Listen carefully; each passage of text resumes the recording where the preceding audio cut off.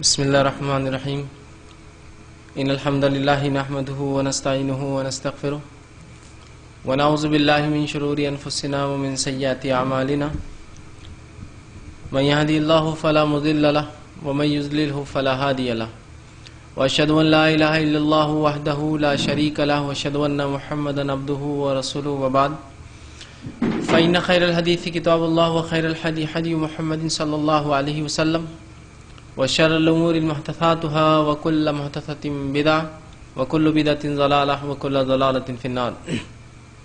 أعوذ بالله من الشيطان الرجيم.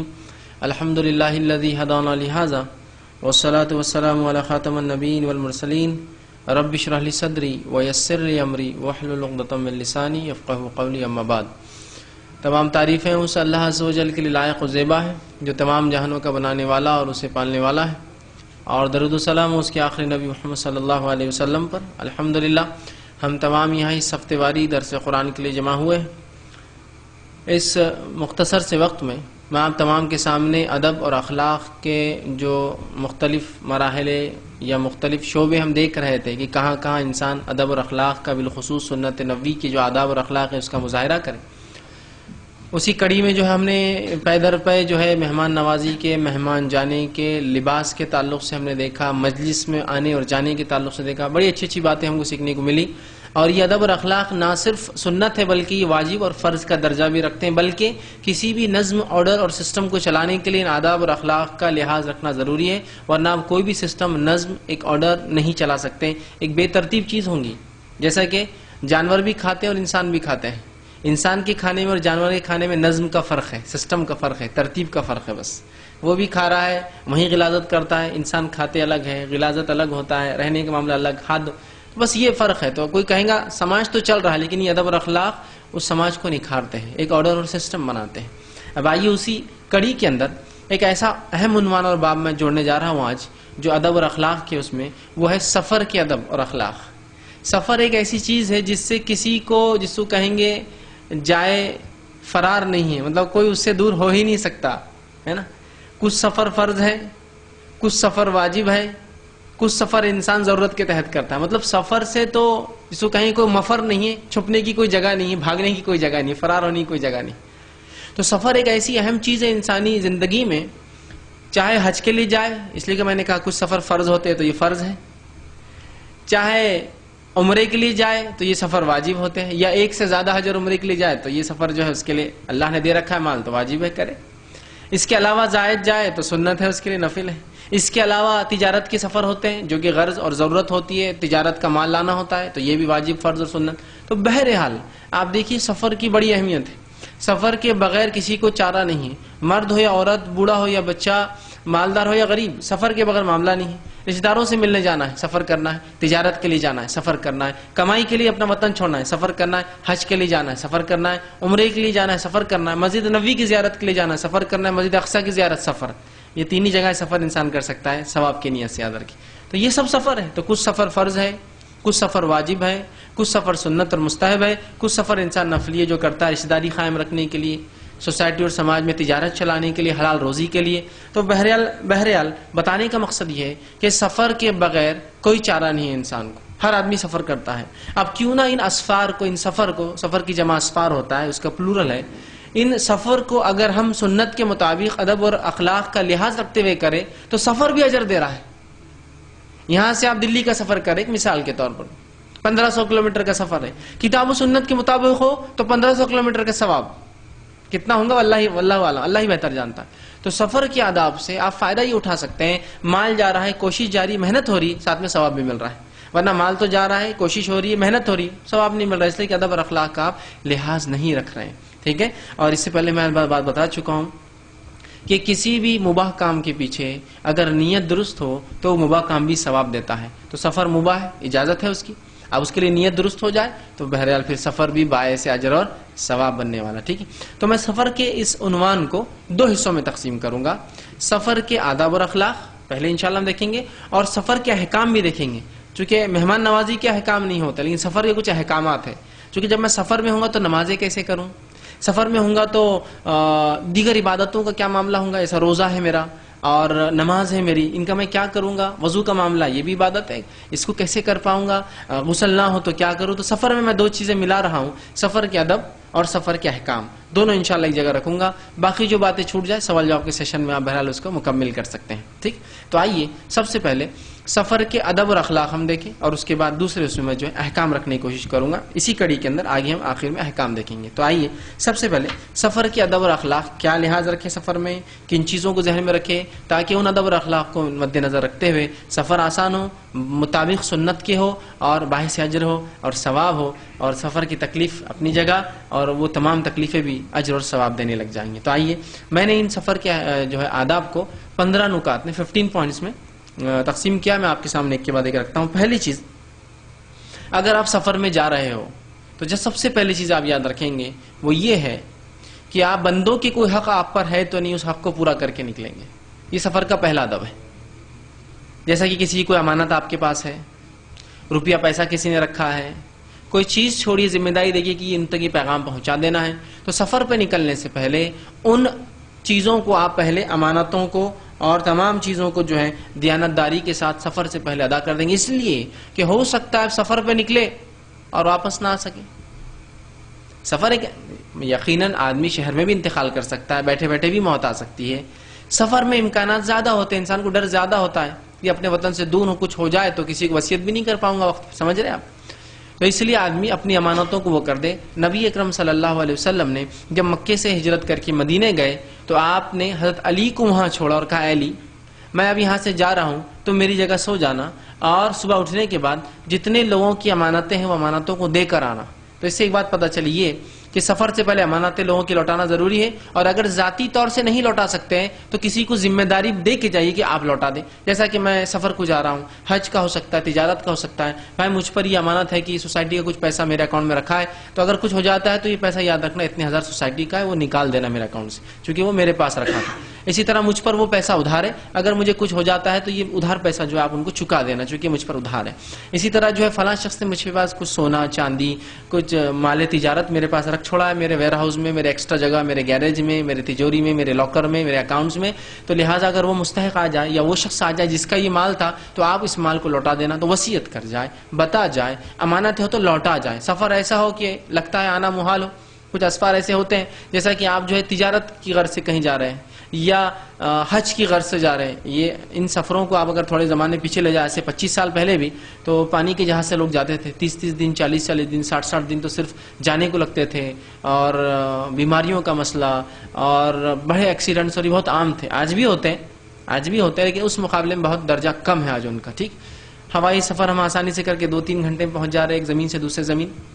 ٹھیک، لیکن اس میں بھی آپ یاد رکھیں گے کہ کچھ سفر ایسے ہوتے ہیں کہ بھائی ویزے کے مسئلے ہیں، میں جا تو رہا ہوں لیکن بعد میں میرا پاسپورٹ ہو سکتا ہے، میرا کفیل ہوتا ہے نا، ایسے بھی مسائل ہوتے ہیں. تو میں یہاں پوری امانتیں دے کر سونپ کر بتا کر جاؤں کہ بھائی ان کا یہ، ان کا وہ، مجھ پر اتنا ہی دے دینا، ان کا اتنا ہی دے دینا، اور جن سے کچھ لیا دیا ہے ان کو بتا کر جائے میں جا رہا ہوں. ورنہ آپ بھاگ جائیں گے اور وہ مطلب آپ دینے کی نیت سے جا رہے ہیں لیکن وہ کہیں گے دیکھو بھاگ گیا ہوں میرا مال لے کر. تو آپ یہ کام سب سے پہلے کریں گے، اس لیے کہ اللہ اپنے حق معاف کر سکتا ہے کہ وہ سفر میں نماز چھوٹ گئی تھی، روزہ نہیں رکھ پایا، معاف کر دے گا، ہو سکتا ہے توبہ اللہ قبول کر لیں گا، لیکن بندوں کے حق معاف نہیں ہوتے. تو لہٰذا سب سے پہلے امانتوں کو لوٹا دے. قرض ہو تو لکھ دے، بتا دے. قرض دار ہو تو کسی کو بتا دے جس سے قرض لیا ہے کہ بھائی میں جا رہا ہوں، انشاءاللہ العزیز لوٹنے پر آپ کا قرض واپس دے دیا جائے گا. اب سفر کی نوعیتیں آگے پیچھے ہو سکتی، چھوٹا سفر بھی سفر ہے، بڑا سفر بھی سفر ہے، سفر ہوتا ہے یاد رکھ. ٹھیک ہے، تو لہٰذا سب سے پہلا کام آپ یہ کریں گے ادب اور اخلاق میں، سفر کے آداب. دوسری چیز سفر کے اندر جو لحاظ رکھیں گے، دوسرا پوائنٹ جو ہے وہ یہ ہے کہ سفر کا خرچ جو آپ کرے وہ حلال پیسے سے ہو. مطلب آپ اب یہ مت سوچیے کہ خالی سفر کا پیسہ ہی حلال ہونا چاہیے، باقی میں حرام کما سکتا ہوں. میرا بولنے کا مقصد یہ ہے کہ انسان ہر جگہ کوشش کرے سفر میں بھی جو پیسہ استعمال ہو رہا ہے وہ پیسہ ہمارا حلال ہو.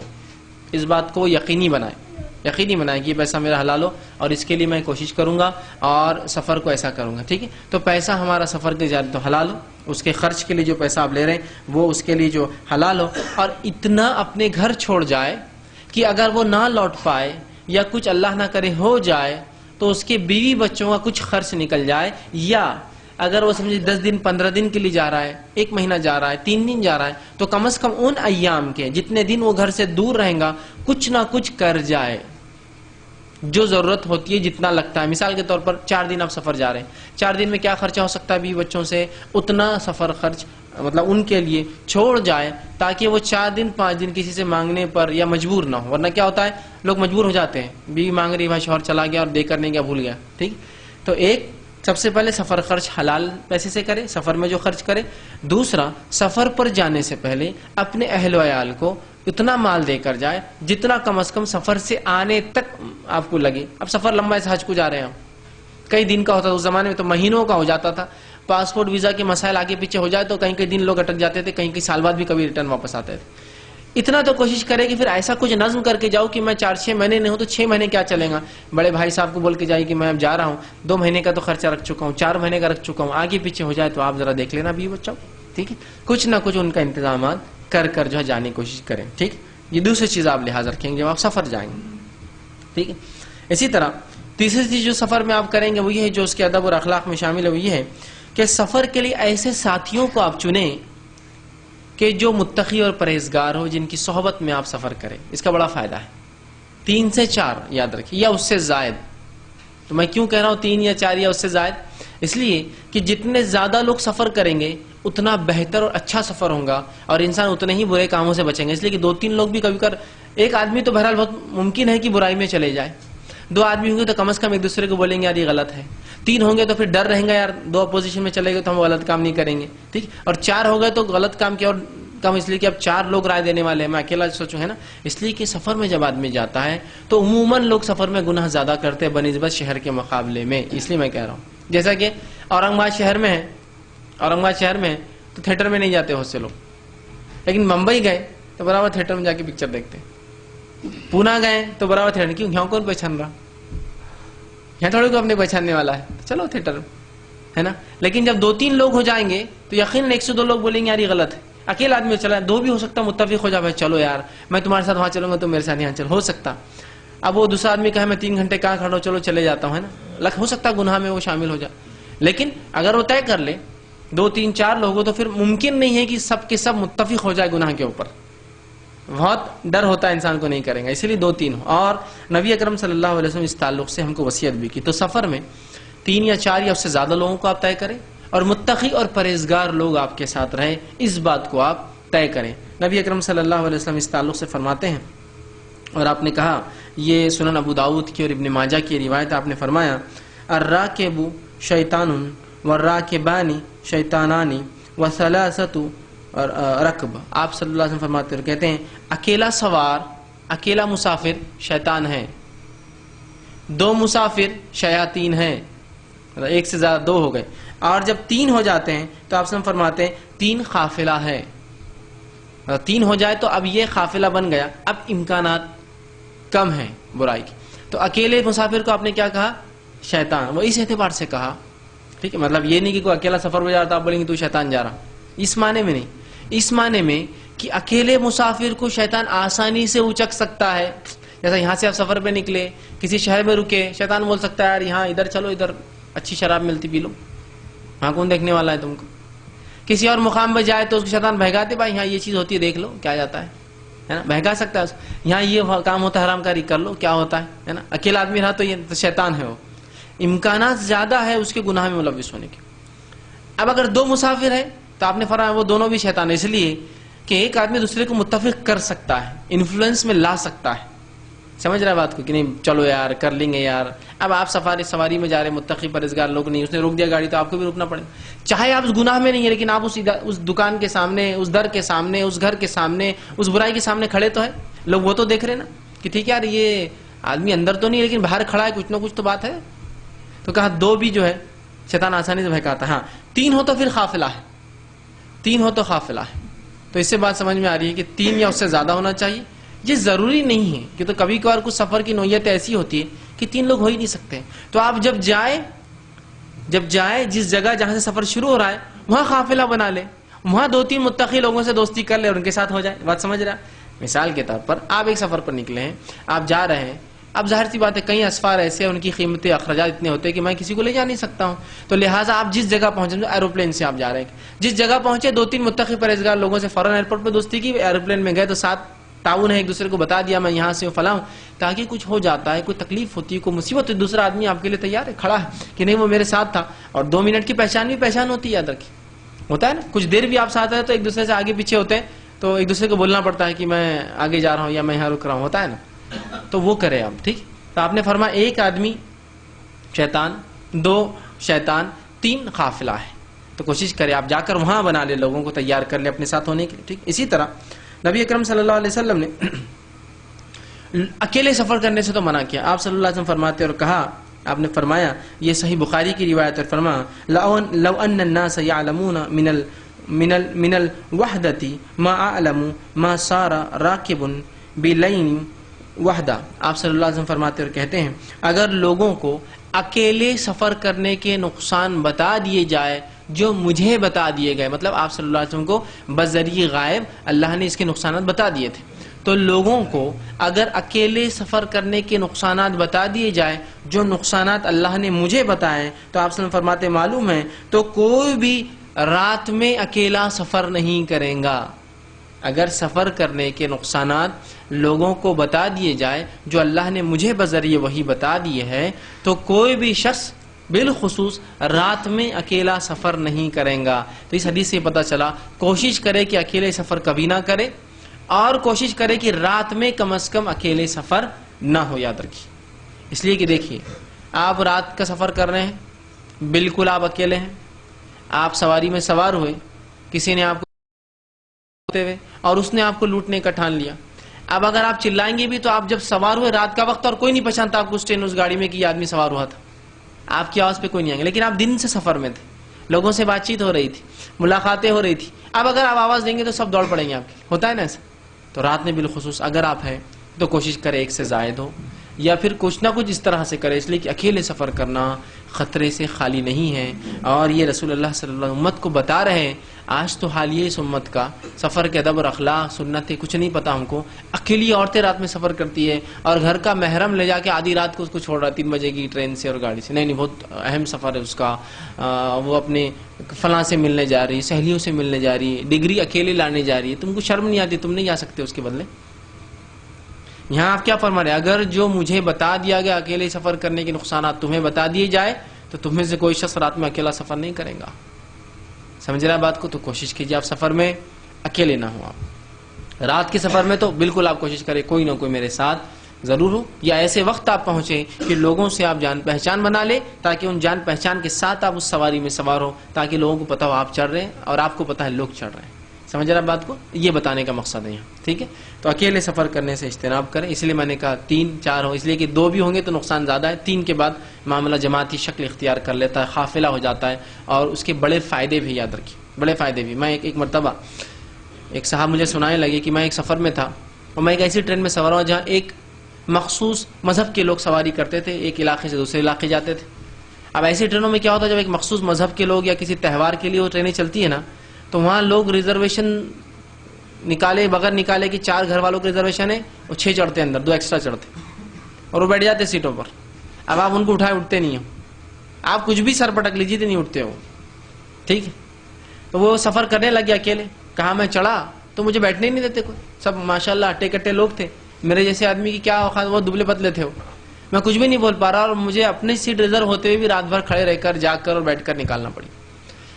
اسی ٹرین کا ایک حادثہ میرے ساتھ بھی ہوا تھا, اس ٹرین میں میں بھی سوار ہوا تھا ایک سفر کے لیے, اور یہی حالت میرے ساتھ ہوئی کہ وہ مذہبی ٹرین تھی, وہی ٹرین تھی, اور لوگ کیا ہو گئے چڑھ کے وہی حرکت انہوں نے کی.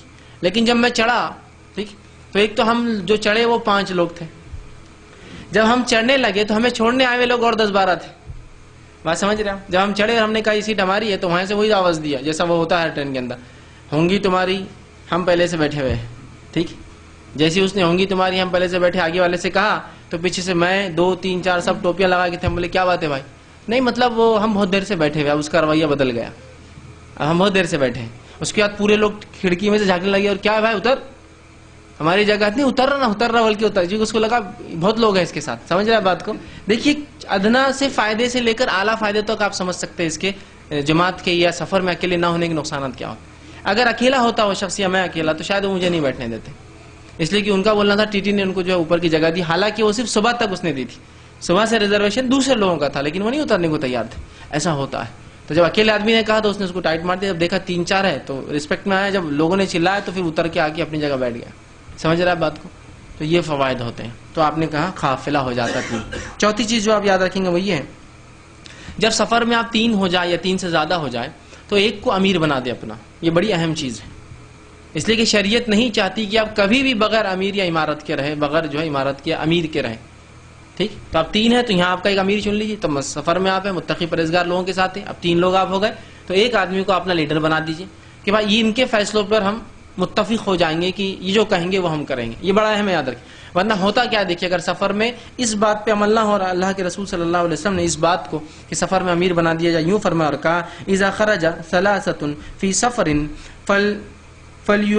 فلیؤمروا احدهم. جب تم میں سے 3 لوگ سفر پہ نکلے، چونکہ ظاہر سی بات ہے جماعت تبھی بنے گی، ورنہ 2 میں کیا امیر، ایک مقتدی ایک امیر کیسا. 3 لوگ سفر پر نکلے تو اس میں سے ایک کو تم اپنا امیر بنا دو. ایک کو تم اپنا امیر بنا دو. سنن ابو داؤد کی روایت ہے. تو ایک کو اپنا امیر بنا دو. اب دیکھیے ایک سفر جس میں امیر ہوتا ہے اور ایک سفر جس میں امیر نہیں ہوتا ہے، اس کا فرق کیا ہے. دیکھیے ایک سفر ہے جس میں 3 لوگ، 3 سے زیادہ 4 5 6 اور آپ نے امیر نہیں بنایا، لیڈر نہیں بنایا کسی کو. اب دیکھیے اب چل رہے ہیں، کوئی اسٹیشن آیا، ٹھیک، یہ بولتا اپن اتریں گے، کچھ بولتے نہیں اترنے کی ضرورت نہیں، کچھ بولتے ہیں ہم یہاں کھائیں گے، کچھ بولتے ہیں کھانے کی ضرورت نہیں. سمجھ رہے ہیں بات کو؟ ایک لیڈر ہے، خاموش بیٹھ جاؤ، یہاں نہیں کھانا ہے اپنے کو، خاموش بیٹھ جاؤ، نہیں کھانا ہے اپنے کو. کچھ بول رہے اسٹیشن سے خریدیں گے، کچھ بولتے وہ پینٹری کار جو اندر جو کینٹین ہوتی ہے اس سے خریدیں گے. کچھ بولتے یہاں کا کھانا اچھا ہوتا ہے، کچھ بولتے اسٹیشن کا کھانا اچھا ہوتا ہے. اب کیا ہوگا؟ 3 بول رہے ہم وہاں سے لاتے، 3 بول رہے ہم نیچے سے لاتے، 3 بول رہے ہم نہیں کھاتے. بھائی دونوں میں ہم کو ڈر لگ رہا. آپ کوئی لیڈر ہے، ہم کو پینٹری کار یہاں سے خریدنا ہے تو خریدنا ہے، نیچے سے لینا ہے تو لینا ہے. ہم اسٹیشن پہ اترے، رکشے سے جائیں گے، سائیکل رکشے سے جائیں گے، بس کرتے ہیں، پرائیویٹ کار کرتے. کیا کرتے؟ 2 بول رہے ہم پرائیویٹ کار میں جائیں گے، ایک بولتا سائیکل رکشہ اچھا رہتا، 2 بولتے یہیں تو پیدل چل جائیں گے. کتنا اختلاف ہے. لیڈر ہے ان کا. ہم سب جو ہے سائیکل رکشے سے جائیں گے، 2 کر کے بیٹھ جاؤ خاموشی سے. سب جا کے بیٹھ گئے. ہم یہ ہوٹل میں رکیں گے، نہیں وہ باز والی ہوٹل اچھی ہے، میں وہاں رکا تھا بہت اچھی ہے، ابا بولتے کہ یہ ہوٹل اچھی ہے، چچا آئے تھے تو بہت اچھی ہوٹل تھی. سب اختلاف کر رہے ہیں. ان کا لیڈر ہے دیکھیے میں طے کروں گا کیا ہے، میں جا کے دیکھتا ہوں، مجھے پسند آ جاتا ٹھیک ہے. تو کتنے فائدے ہیں نا. ٹھیک، ہوٹل میں جا رہے ہیں، آپ کیا آرڈر کرنا ہے، یہ بول رہا میرے کو فلاں منگاؤ. وہ 2 لوگ 3 لوگوں کا کھانا ہوتا ہے، اب تمہارا اکیلے نہیں منگا نہیں سکتے. وہ بولتا نہیں وہ کھانا ہوگا وہ اچھا ہے. ان کا ایک لیڈر ہے، لیڈر بولیں گا رکو مشورہ لو، بتاؤ مجھے، ہم 6 لوگ ہیں، ہم 3 قسم کے کھانے منگا لیں گے، 2 لوگ کھا سکتے ہیں اور وہ مختلف کھانے آ جائیں گے، بس ختم ہو گیا. لیکن دیکھیے اگر امیر نہ چنے تو یہ 2 بولتے ہم ادھر بیٹھ رہے، پھر ہم اپنا کھا رہے. ایک ساتھ جا کے بھی جماعتی وہ نہیں رہتا، پھر وہ بولتے ہم ادھر کھا رہے، یہ 2 بولتے ہم ادھر کھا رہے. اور وہ بیچارہ ایک جو لے جانے والا رہتا بولتا میں اکیلے کھاتا، جان دو اب تم لوگ سب چلے. جاتے ساتھ لیکن دل ملے ہوئے نہیں ہوتے. تو یہ بڑی اہم چیز. آپ نے فرمایا جب تم میں سے 3 لوگ سفر کر رہے ہو تو ایک کو لیڈر بنا دو، بس اب اس کی بات آپ کو ماننا ہے، رکنا کہاں ہے، کھانا کہاں ہے، چلنا کہاں ہے. اور ظاہر سی بات ہے آپ ایسے انسان کو بنائیں گے جو ایکسپیرینسڈ ہو. ٹھیک، اس میں وہ نظم نہیں ہوتا. کچھ لوگ اس کے قائل ہوتے ہیں کہ پچھلے سفر میں تم بنے تھے نا امیر، تو یہ سفر ہے میں بنوں گا. شریعت اس کی قائل نہیں یاد رکھی. یہ تو روٹیشن والا عمارت نہیں ہے. عمارت وہ ہوتی ہے کہ جو لائق ہو آدمی اس کو بنایا جائے، پھر چاہے 100 سفر میں وہ امیر بنے آپ کا، وہ رہے گا، اس لیے کہ اس کو اس لائق ہے، اتنی اس میں کیلیبر اور کوالٹیز ہے کہ وہ آپ کو سنبھال سکتا ہے. اب روٹیشن میں لے جائیں گے تو کیا ہوگا پھر؟ جو آج ہمارے جماعتی نظموں میں ہوتا ہے، روٹیشن میں کیا ہوتا ہے، یہ بار میں اس لائق ہوں کہ میں امیر بنوں، لیکن مجھے کوئی چن کر لاتا نہیں. اگلی بار اگر میں چن کے آتا تو پھر میں بتاتا ہوں وہ لوگوں کو کہ میں کیا ہوں. یہ طہارت خانہ یہاں نہیں ہونا تھا، یہاں ہونا، توڑ کے بناؤ. یہ وضو خانہ یہاں نہیں ہونا تھا، وہ کرو. اگلی 5 سال بعد دوسرا آتا، بولتا ہے یہاں کون بنایا، اس نے بنایا نا، یہاں سے ہٹاؤ، میں یہاں بناتا ہوں. یہ اختلافات آپ مساجد کے اندر دیکھ سکتے ہیں عموماً. تو ویسا نہیں ہے. نبی اکرم صلی اللہ علیہ وسلم جب تک حیات تھے آپ لیڈر تھے مسلمانوں کے. ابوبکر صدیق رضی اللہ جب تک حیات تھے آپ امیر تھے مسلمانوں کے. عمر ابن خطاب جب تک حیات رہے آپ ہی امیر تھے. روٹیشن نہیں ہوا کہ چلو علی اور عثمان بھی پیچھے تو چلو 3 سال بعد الیکشن کر کے اس کو جتا کے لاتے، اس کو لاتے. نہیں، عمارت یہی ہے. تو عثمان ابن عفان بن گئے. عثمان ابن عفان شہید ہوتے ہیں تو علی بن ابی طالب چنے، علی بن ابی طالب ہوتے ہیں تو حسین چنے جاتے رضی اللہ، حسین ہوتے ہیں تو حسن چنے جاتے، اور اس کے بعد جو امیر معاویہ ہے اور اس کے بعد یزید ہے اور مختلف چل رہے. تو جب تک امیر رہا وہی ہوتا ہے اس کے مرنے کے بعد ہی. جب تک اس کے بعد والے لوگ جو اس کے اہل لائق ہوتے ہیں وہ کراؤن پرنس ہوتے ہیں، یا مطلب اس لائق ہے کہ خلافت کے درجے تک پہنچے، لیکن وہ بن نہیں سکتے. سمجھ رہے ہیں آپ بات کو؟ یہ بڑی اہم چیز ہے. تو وہ روٹیشن مت رکھیے، لائق انسانوں چن لیجیے. 10 بار 100 بار 1000 بار اس کی نوعیت میں آپ کو جانا پڑے کوئی بات نہیں، لائق انسان ہو اس کے. ٹھیک، تو امیر چن لیجیے. یہ تھی جو ہے چوتھی چیز. 5ویں چیز جو یاد رکھیں گے وہ یہ ہے کہ گھر سے نکلتے وقت آپ سفر میں بالخصوص، یا عام دنوں میں بھی ہونا چاہیے لیکن سفر میں بالخصوص دعاؤں کا بڑا اہتمام کریں. جیسا کہ آپ سفر پر جا رہے ہیں تو گھر سے نکلنے کی دعا ہے، ٹھیک، مشہور معروف دعا بسم اللہ توکلت علی اللہ لا حول ولا قوۃ الا باللہ، یہ گھر سے نکلنے کی دعا ہے، تو گھر سے نکلنے کی دعا پڑھے۔ اسی طرح سواری پر سوار ہو رہے ہیں تو سواری پر سوار ہونے کی دعا آپ پڑھے، سبحان الذی سخر لنا ھذا وما كنا له مقرنین وانا الی ربنا لمنقلبون، تو یہ دعا پڑھے۔ تو گھر سے نکلنے کی دعا، سواری پر سوار ہونے کی دعا، سفر کے دوران نئے شہروں میں جانے کی دعا، شہر سے نکلنے کی دعا، شہر میں آنے کی دعائیں، یہ دعاؤں کو اہتمام کریں۔ عام حالت میں بھی دعاؤں کا اہتمام کریں، سفر میں خاص طور سے دعاؤں کا اہتمام کریں، ٹھیک ہے ٹھیک ہے، اس لیے کہ سفر میں کیا ہوتا ہے، مسافر کی دعا اللہ قبول بھی کرتا ہے، ایک فائدہ تو یہ اٹھاتے ہیں آپ، دوسرا اکیلے ہوتے ہیں آپ، ٹھیک ہے، اس لیے تو اللہ قبول بھی جلدی کرتا ہے دعاؤں کو، چونکہ اکیلا آدمی تو اس کو اللہ پریویلیج، اس کو زیادہ حقوق دے کے رکھتا ہے نا، کمزور ہوتا ہے نا آدمی، اپنے شہر سے دور ہے، تو بہرحال دعاؤں کا خصوصی طور سے سواری پہ سوار ہونے کی مختلف دعاؤں کا خصوصی طور سے اہتمام کریں، ٹھیک۔ چھٹی چیز جو سفر میں آپ جائیں جو یاد رکھیں گے وہ یہ ہے، سفر کے لیے صبح نکلنے کی کوشش کریں آپ، یہ بہترین سفر ہے۔ نبی اکرم صلی اللہ علیہ وسلم صبح کوشش کرتے ہیں نکلنے کی، ٹھیک، بس شروعات جو سفر کی ہو رہی ہے، اور بلکہ آپ صلی اللہ علیہ وسلم نے حدیث میں یوں فرمایا، جامع ترمذی کی روایت آپ فرماتے اور کہتے اللہم بارک امتی فی بکورہا، اے اللہ میری امت کے صبح میں برکت عطا فرما۔ تو کوشش کریں آپ صبح سفر کرنے کے لیے نکلے، اور نبی اکرم صلی اللہ علیہ وسلم کی ایک عادت یہ بھی تھی کہ آپ جمعرات کے دن صبح کوشش کرتے ہیں، جمعرات کے دن سفر کرتے ہیں آپ، تاکہ جمعہ کو آپ شہر میں پہنچ جائے اس اور جمعہ آپ کو مل جائے، سمجھ رہے آپ کہ جمعرات کو، تو یہ بھی ایک آپ کی سنت رہی کہ آپ جمعرات کو اور صبح کے وقت یاد رکھیں۔ ہاں ایک بار صبح سے شروع ہو تو سفر لمبا ہو سکتا ہے، تو رات اور کہیں دن چل سکتا ہے، وہ ایک الگ چیز ہے، ٹھیک۔ بلکہ ایک حدیث میں تو آپ نے فرمایا کہ رات میں سفر اس لیے کہ رات میں وقت جلدی گزر جاتا ہے، تو آپ سمجھے پسند کیے رات میں، تو آپ بولیں گے یہاں تو حدیث میں رات ہے، لیکن نکلنا صبح پسند کرتے تھے، رات میں زیادہ آپ پھر ٹریول کرتے ہیں، تاکہ رات میں کیا ہوتا ہے، ایک تو ٹھنڈک ہوتی ہے عرب علاقوں کے اعتبار سے، صبح کی گرمی سے انسان بچتا ہے، دوسرا رات میں وقت محسوس نہیں ہوتا ہے، جلدی گزر جاتا ہے جب انسان ٹریول کرتا ہے۔ آج کے دور میں بھی اس چیز کو آپ فائدہ اٹھا سکتے ہیں، بہت سے لوگ بزنس میں رات میں ٹریول کرنا پسند کرتے ہیں، اس کے خطرات اپنی جگہ لیکن اس کے فوائد بھی اپنی جگہ ہے نا، جانور راستے میں نہیں آتے ہیں، انسان نہیں آتے ہیں، خاموخواہ کی ہڑتڑے نہیں ہوتے، اسپیڈ میں گاڑیاں چلتی ہے، لائٹ کی حدود کے اندر جتنا دکھتا ہے، ہارن کی ضرورت نہیں پڑتی، دور کلومیٹر سے لوگ پہچان لیتے گاڑی آ رہی، دن میں کیا ہوتا ہے ہارن بجائے کبھی نزدیک آئے بھی تو آدمی دیکھ نہیں پاتا گاڑیوں کو، ہوتا ہے نا، لیکن رات میں لائٹ سے پہچان لیتا ہے، تو بڑے فائدے۔ بہرحال تو آپ سب رات میں کہتے تھے کہ کرو، اس لیے کہ اس میں وقت محسوس نہیں ہوتا ہے، اور شروع لیکن صبح کے وقت کرتے، اور جمعرات کو اپنے اسفار کہیں سفر کیے، ٹھیک۔ تو آپ یہ بھی چیز کو ذہن میں رکھ سکتے، کوئی ضروری نہیں، سفر تو انسان کی ضرورت کے تحت کبھی بھی ہو سکتا ہے، خیال رکھ سکتے، اگر آپ کا آپشن ہے، مواقع ہے کہ بھائی کب آنا چاہتے ہیں آپ، جمعرات جمعہ ہے تو جمعرات کا آپ آپشن لے سکتے ہیں، ٹھیک۔ اسی طرح ساتویں چیز، جب سفر میں آپ اور اگر اونچی جگہ آپ چڑھ رہے ہو تو اللہ کی تکبیر بیان کریں۔ ابو ہریرہ رضی اللہ عنہ فرماتے ہیں، یہ جامع ترمذی کی روایت ہے، آپ صلی اللہ علیہ وسلم نے فرمایا اور کہا اور فرمایا علیک بالتقوی اللہ والتکبیر علی کل صرف۔ آپ صلی اللہ علیہ وسلم نے دیکھا ایک صحابی سفر پر جا رہے ہیں تو آپ نے فرمایا تم اللہ کا خوف اور ڈر لازم پکڑو۔ کیا فرمایا اس صحابی کو جو سفر پر جا رہا تھا، آپ نے اس شخص کو وصیت کی، بلکہ حدیث میں آتا ہے ابو ہریرہ رضی اللہ عنہ فرماتے ہیں اس شخص کو وصیت کی، اور کیا فرمایا تم سفر میں اللہ کا ڈر لازم جانو۔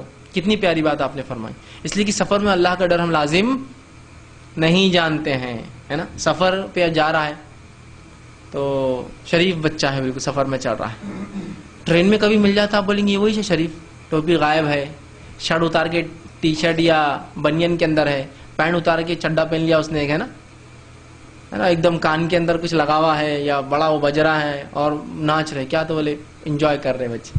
تو سفر میں اللہ کا تقوی، چونکہ کوئی دیکھنے والا نہیں، کتنی پیاری بات کہا، سفر پہ انسان نکلا ہے، شہر اورنگ آباد کا رہنے والا ہے، احترام، بڑی عزت یافتہ جو ہے خاندان کا ہے، احترام ہے، ان کی گھر کی عورتیں پردے میں مشہور ہے، لیکن بمبئی میں وہ شخص مل جاتا ہے، بولتے کون سی عورت کے ساتھ گھوم رہا ہے یار یہاں، چونکہ اس کو پردہ نہیں رہتا، بعد میں پتہ چلتا ہے کہ اس کی بیوی تھی، وہ اورنگ آباد میں پردہ کرتی لیکن بمبئی میں پردہ نہیں کرتی، کیوں؟ بمبئی میں کون پہچانتا اپنے کو؟ تو کہ پردہ اللہ کے ڈر تقوی کے لیے نہیں، اورنگ آباد والوں کے لیے ہے، وہ یا بتانے کے لیے ہو نا، پھر ایسا جو عورت پردہ کرتی ہے اس کے لیے پردہ ہندوستان میں بھی ہے، پردہ اورنگ آباد میں بھی ہے، پردہ امریکہ میں بھی ہے، پردہ چاند پر بھی جائے تو پردے میں رہیں گی وہ، اور جس کے لیے نہیں ہے تو وہ تو خالی ایک رسمی ہے کہ وہ اورنگ آباد میں ہے تو ہمارا خاندان تہذیب یافتہ مانا جاتا ہے تو پہن لو، نہیں تو اتار دو۔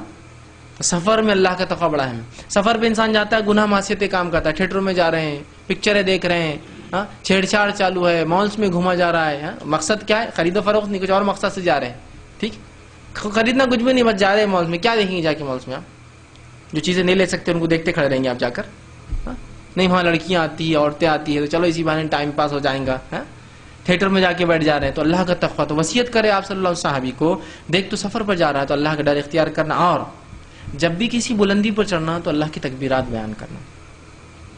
بلندی پہ جب ہم چڑھتے ہیں تکبیرات کیوں بیان کرتے ہیں؟ وہ اس لیے بیان کرتے ہیں کہ جب انسان بلندی پہ چڑھتا ہے تو کہیں نہ کہیں اس میں ایک فطری طور سے ایک مادہ جاگتا ہے کہ میں بڑا ہوں، ہے نا۔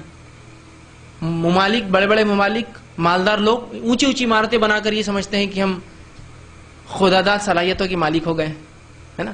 فرعون نے جب موسیٰ علیہ السلام نے دعوت دی تو کیا کہا ہے؟ حامان ایک اونچی عمارت بناؤ تاکہ دیکھیں موسیٰ کا رب بھی کیا ہے، تاکہ ہم بھی اپنی گریٹنس بتائیں ہم کتنے بڑے ہیں۔ تو اونچائی پہ جب انسان چڑھتا ہے تو اس میں ایک قسم کا تکبر آنا شروع ہوتا ہے، بڑا پن، ہے نا۔ جیسا کہ ایک میرا گھر ہے، سنگل فلور ہے تو یہ میرا گھر ہے، اگر 2-4 مالے کا ہے تو کیسا آدمی بولتا میرا گھر ہے۔ بلندی جو ہے انسان میں کہیں نہ کہیں تکبر پیدا کرتی ہے۔ تو اللہ کے رسول نے فرمایا جب اونچائی پہ چڑھو تو کیا بولو؟ اللہ اکبر، کہ اللہ میں جتنا بھی اونچا جا رہا ہوں لیکن تو ہی بڑا ہے اس کے بعد بھی۔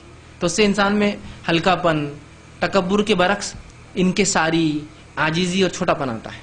تو کہا جب بھی تم بلندیوں پر چلو تب کیا کرنا؟ اللہ اکبر، اللہ کی بڑائی بیان کرنا ہے کہ اللہ چاہے میں جتنا بھی اونچا چلے جاؤں تو اس سے بڑا ہے، ٹھیک ہے۔ تو اس لیے آپ نے اس کو وصیت کی اس صحابی کو۔ 8ویں چیز، کسی خطرے کا لاحق ہو، کوئی خطرہ محسوس ہو، ڈر ہو، تو دعاؤں کا خاص اہتمام، جو دعائیں آپ صلی اللہ علیہ وسلم نے سکھائی ان دعاؤں کو خاص طور سے سفر کے لیے تو آپ بالکل رکھیں کہ خطرات ہے تو اس کے لیے جو ہے جو آپ صلی اللہ علیہ وسلم کی جیسے مخصوص دعا ہے، مسند احمد کی روایت ہے، نبی اکرم صلی اللہ علیہ وسلم خطرہ محسوس کرتے تو یہ دعا پڑھتے اللہم انا جعلنا جعلوک فی نحورہم ونعوذ بک من شرورہم، یہ دعائیں پڑھتے۔ اسی طرح آپ کو اگر ڈر ہوتا، خوف ہوتا تو آپ مختلف دعائیں پڑھتے، ان دعاؤں کو یاد کریں، ان کا اہتمام کریں اور ان کو پڑھا کریں۔ اسی طرح 9 جو پوائنٹ ہے، 9ویں چیز جو سفر کے ادب اور اخلاق میں، وہ یہ ہے کہ سفر میں اللہ تعالیٰ سے مانگے، ٹھیک، اور دنیا اور آخرت کی خوب خیر مانگے، اس لیے کہ مسافر کی دعا اللہ رد نہیں کرتا ہے۔ تو سفر کو عبادت کا ذریعہ بنا دے کہ آپ کے سفر میں بالخصوص دعاؤں کا اہتمام کرے، یاد رکھیے بھائی اس کی دعا کرنا، اس نے کہا تھا اس کو کرنا، یہ مسئلہ ہے، وہ مسئلہ ہے، یہ کام نہیں ہو رہا، وہ کام نہیں ہو رہا، وہ مصیبت ہے، یہ مصیبت ہے، یہ تکلیف ہے، یہ بیماری ہے، یہ تنگ دستی ہے، سب کو یاد رکھے اور سفر شروع ہو تو خوب بکثرت دعا مانگے، اس لیے کہ دعا بھی عبادت ہے۔ الدعاء العبادہ، جامع ترمذی کی دعا عبادت ہے، اور ایک روایت میں الدعاء مخ العبادہ، یہ بھی ترمذی کی روایت، دعا عبادت کا مغز ہے، ٹھیک۔ تو خوب دعائیں کریں، اور مسافر خاص طور سے، اس لیے کہ آپ صلی اللہ علیہ وسلم نے فرمایا اور کہا، یہ جامع ترمذی کی روایت ہے، بھی آپ نے فرمایا ثلاث دعوت مستجاب لا شک فیہن، کہ 3 لوگ ایسے ہیں جن کی دعا قبول ہونے میں کوئی شک نہیں ہوتا ہے، اور پھر فرمایا دعوت مظلوم، ایک مظلوم کی دعا اللہ قبول کرے، دعا یا بد دعا جو بھی بولی ہماری زبان میں دعا ہی کہتے، بد دعاؤں کو بھی عربی میں دعا ہی کہتے چونکہ اللہ سے مانگی جاتی۔ دعوت مظلوم، مظلوم کی دعا، پھر فرمایا دعوت المسافر، مسافر کی دعا، اور تیسرا فرمایا ودعوت الوالدی علی ولدہ، اور باپ کی دعا بیٹے کے حق میں۔ 3 دعا ہوتی جس میں سے پہلا آپ نے فرمایا جو مظلوم کی، دوسرا مسافر کی۔ تو سفر میں خاص طور سے دعاؤں کا اہتمام کرے، چاہے تو دعاؤں کو یاد کرے کہ بھائی یہ شخص نے کہا تھا، اس میرے دوست نے کہا تھا، اس بھائی نے کہا تھا، اور آپ صلی اللہ علیہ وسلم صحیح مسلم کی روایت نے فرمایا مومن بھائی جب دوسرے مومن کے لیے غائبانہ دعا کرتا تھا اللہ اس کو کبھی رد نہیں کرتا، غائبانہ بول کر نہیں، میں بھائی تمہارے لیے بہت دعا کیا، یہ تو بول دیا آپ نے، غائبانہ اللہ میرا بھائی مصیبت میں ہے، اس کا مسئلہ حل کرتے، غائبانہ وہ دعا رد نہیں ہوتی۔ اور فائدہ یہ ہوتا ہے، آپ صلی اللہ علیہ وسلم فرماتے ایک دوسری مسلم کی روایت میں فرشتے تمہارے لیے وہ دعا کرتے ہیں۔ دیکھیے 2 فائدے، غائبانہ دعا آپ کے بھائی کے حق میں آپ نے کی، قبول ہو گئی، اور فرشتے آپ کے لیے وہ دعا کرے اللہ اس کا مسئلہ حل کر، اس کی مصیبت حل کر، اس کی تکلیف کو ٹال دے، اس کے لیے اچھا کر، اس کی بیٹی کا معاملہ حل کر، اس کی بیماریاں دور کر، فرشتے آمین آپ کے لیے کرتے ہیں۔ تو آپ کرتے ہیں، اور آپ سے اچھی مجلس، آپ نے فرمایا تم سے اچھی مجلس تمہارے لیے دعا کرتی ہے۔ کتنے فائدے ہیں۔ تو سفر تو اچھا موقع اللہ رد نہیں کرتا، تو خوب غائبانہ دعائیں کیجیے لوگوں کے لیے، امت کے لیے، مصیبت زداؤں کے لیے، جان پہچان والوں کے لیے، دوست احباب کے لیے، اور ہر وہ شخص جو آپ سے دعا کے لیے کہے ضرور اس کے لیے دعا کیجیے، ٹھیک۔ تو سفر میں دعاؤں کا اہتمام۔ اسی طرح 10ویں چیز جو آپ یاد رکھیں گے سفر کے ادب اور اخلاق میں یہ ہے کہ کسی منزل پر اترے تو آپ جو ہے دعاؤں کا اہتمام بڑا ہے، اور آپ صلی اللہ علیہ وسلم کسی منزل پر اترتے تو دعا پڑھتے اور یہ کہتے، ان کلمات کو جو امام جو ہے طبرانی نے اپنی طبرانی کے اندر جو ہے اس کو نقل کیا الاوسط کے اندر، آپ یہ دعا کرتے اعوذ بکلمات اللہ التامات من شر ما خلق، میں اللہ کے کلمے میں پناہ مانگتا ہوں تمام چیزوں سے شر سے جو اس نے پیدا کیا ہے۔ تو جب آپ کسی منزل پر رک رہے ہیں تو یہ دعا ضرور پڑھیے، یہ دعا اعوذ بکلمات اللہ التامات، میں اللہ کے کلمے میں پناہ مانگتا ہوں تاماتی، ہر اس چیز سے، من شر ما خلق، جو اس نے شر نقصان والی چیزیں پیدا کی۔ تو اس سے آپ کیڑے مکوڑے، سانپ بچھو، انسانوں کے شر، تکلیف، چوری ڈکیتی، قتل و غارت گیری، مسافر کی لوٹ مار، ان سے حفاظت ہوں گی، یاد رکھیں، ٹھیک ہے۔ تو آپ جب رکتے ہیں منزل پر تو ان دعاؤں کا آپ خاص طور سے اہتمام کرتے ہیں، دن اور رات کا بھی اہتمام کرتے ہیں کہ آپ دن میں داخل ہو تو الگ دعائیں، رات کی دعائیں الگ کرتے ہیں۔ اسی طرح جو چیز آپ یاد رکھیں گے سفر میں، 11ویں چیز جو ہے وہ یہ ہے کہ سفر میں جو ضرورتوں کے تحت آپ نکلے ہیں ان ضرورتوں کے پورا ہوتے ہی فوراً گھر واپس آئیے، خاموخواہ آپ کسی جگہ نہ رکے، ٹھیک ہے، خاموخواہ نہ رکے۔ اور آپ صلی اللہ علیہ وسلم جو ہی سفر ختم کرتے، سفر کا مقصد پورا ہوتا، آپ سیدھے گھر لوٹتے اور صحابہ کو گھر لوٹنے کا حکم دیتے۔ خاموخواہ گھر سے دور رہنا اچھی بات نہیں ہے، اس لیے کہ بہت ساری برائیوں کی جڑ بن سکتی ہے۔ اور آپ صلی اللہ علیہ وسلم فرمایا، صحیح مسلم کی روایت ہے، آپ نے فرمایا اور کہا سفر ایک طرح کا عذاب ہے، سفر ایک طرح کی تکلیف ہے، سفر ایک طرح کی آزمائش ہے، سفر ایک طرح کا عذاب ہے جو کھانے پینے اور آرام سے روکتا ہے نا، کھانا پینا آرام سب حرام ہو جاتا ہے۔ آپ چاہے پلین سے کیوں نہیں آ رہے ہو، اس کے بعد بھی تھکان ہوتی ہے، اس لیے کہ وہ آپ کو سکون نہیں ملتا جو گھر پر ملتا ہے، وہ کھانا میسر نہیں جو آپ کو گھر پہ ملتا ہے۔ تو سفر جو ہے ایک طرح کا عذاب ہے جو کھانا پینے اور آرام سے روکتا ہے۔ جب تم میں سے کوئی اپنے سفر کی ضرورت پوری کرے تو جلدی سے اپنے اہل کی طرف واپس لوٹ جائے۔ جب بھی تم میں سے کوئی سفر کی ضرورت پوری کر لیے، تجارت ہو گئی، اب گھر نہیں، اب رک جائیں گے یار 4-5 دن ذرا رہیں گے یہاں، ہے نا، گھر پہ بہت بور ہو رہے تھے، تھوڑا ریلیکس ہو جائیں گے، ہے نا۔ الٹا ہے، آپ کہہ رہے گھر جلدی پہنچو، اس لیے کہ گھر تمہارے دور ہونے سے تمہاری بیوی اکیلی ہے، بیوی نہیں تو گھر کی محرم عورتیں اکیلی ہے، بچے تمہاری تربیت سے محروم ہیں، ہو سکتا ہے 2-3 دن یہ بڑا وقفہ ہو جاتا ہے کبھی کبھار بچوں کے بگڑنے کے لیے بھی، یاد رکھیے 2-3 دن ایک بڑی جس کو کہیں گے ایک وقفہ ہو جاتا ہے جس میں بچے کبھی بگڑ جاتے ہیں۔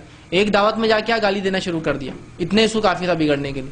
تو آپ 3 دن 4 دن گھر سے باہر ہے، 10 دن ہے، تو کوشش کریں ضرورت کے تحت آپ جتنے دن باہر ہو رہ سکتے ہیں، لیکن ہوتے ہی فوراً گھر آئیں، تاکہ بیوی بچے ہیں، ان کی تربیت ہے، ان کے کافی مسائل ہوتے ہیں، یاد رکھیے، جن کو ہم سمجھ نہیں پاتے ہیں۔ جب ہم ہوتے ہیں تو ہم کو سمجھ میں آتا ہے کیا کیا مسائل ہوتے ہیں گھر کا، مرد باہر چلے جانے سے یا ایک عورت چلے جانے سے، ٹھیک ہے۔ تو جیسی سفر ختم ہو، سفر کی ضرورتیں ختم ہو، فوراً گھر کی طرف دوڑے، خاموخواہ نہ رکی۔ لیکن آج ہمارے گھر وہ سکون کی جگہ نہیں رہے، اس لیے ہم سفر میں سکون پاتے ہیں اور گھروں میں بے اطمینان رہتے ہیں۔ بھائی عائشہ رضی اللہ عنہا فرماتی ہے، نبی اکرم صلی اللہ علیہ وسلم کی نبوت کی جو ذمہ داریاں آپ جب ادا کر دیتے ہیں تو آپ سیدھا گھر کی طرف بھاگتے ہیں، جو بیوی کے پاس باری ہوتی سیدھا گھر کی طرف جاتے ہیں، آپ باہر رکنا پسند نہیں کرتے۔ آج ہمارا معاملہ کیا ہے، اگر آفس سے جلدی چھوٹ گیا، میں آفس چھوٹتا 6 بجے، آج جب آفس چھوٹ گیا 4 بجے، اب کیا کرنا ہے، گھر جانا ہے، پاگل ہو گئے کیا، سکون نہیں لینے دیتے میرے کو 2 گھنٹے ذرا۔ مطلب گھر بے اطمینانی کی جگہ ہے اور آفس یا کہیں اور سکون پاتا ہے انسان، تو وہ گارڈن جا رہا ہے، دوست کو فون کر رہا ہے چل آج گھومنے جائیں گے، آج میرا 2 گھنٹے آف ہے، جلدی چھوڑ گیا، ہاں۔ پھر 6 بجے کے بعد جو ہے نکڑ چوراہے، مطلب ہم گھر میں تب پہنچتے ہیں جب گھر میں سب سو جاتے ہیں، اور گھر سے تب نکلتے ہیں جب سب اپنے کام، جیسا میں رات میں آتا ہوں گھر میں 12 بجے، 9 بجے تک سوتا پڑا رہتا ہوں، 9 بجے بچے اسکول چلے گئے، بیوی کھانا بنا رہی، اٹھے فریش ہوئے، کھانا کھا بھاگ جاؤ۔ رسول اللہ کی کیا زندگی تھی، آپ گھر کی طرف دوڑتے ہیں، اس لیے کہ گھر سکون کا گہوارہ ہے۔ اور یہی بات کو اللہ رب العزت نے سورہ نحل سورہ نمبر 16 آیت نمبر 80 میں فرمایا، اور فرمایا کہ اللہ نے تمہیں واللہ جعل لکم من بیوتکم سکنا، اللہ نے تمہارے لیے تمہارے گھروں کو سکون کی جگہ بنایا ہے۔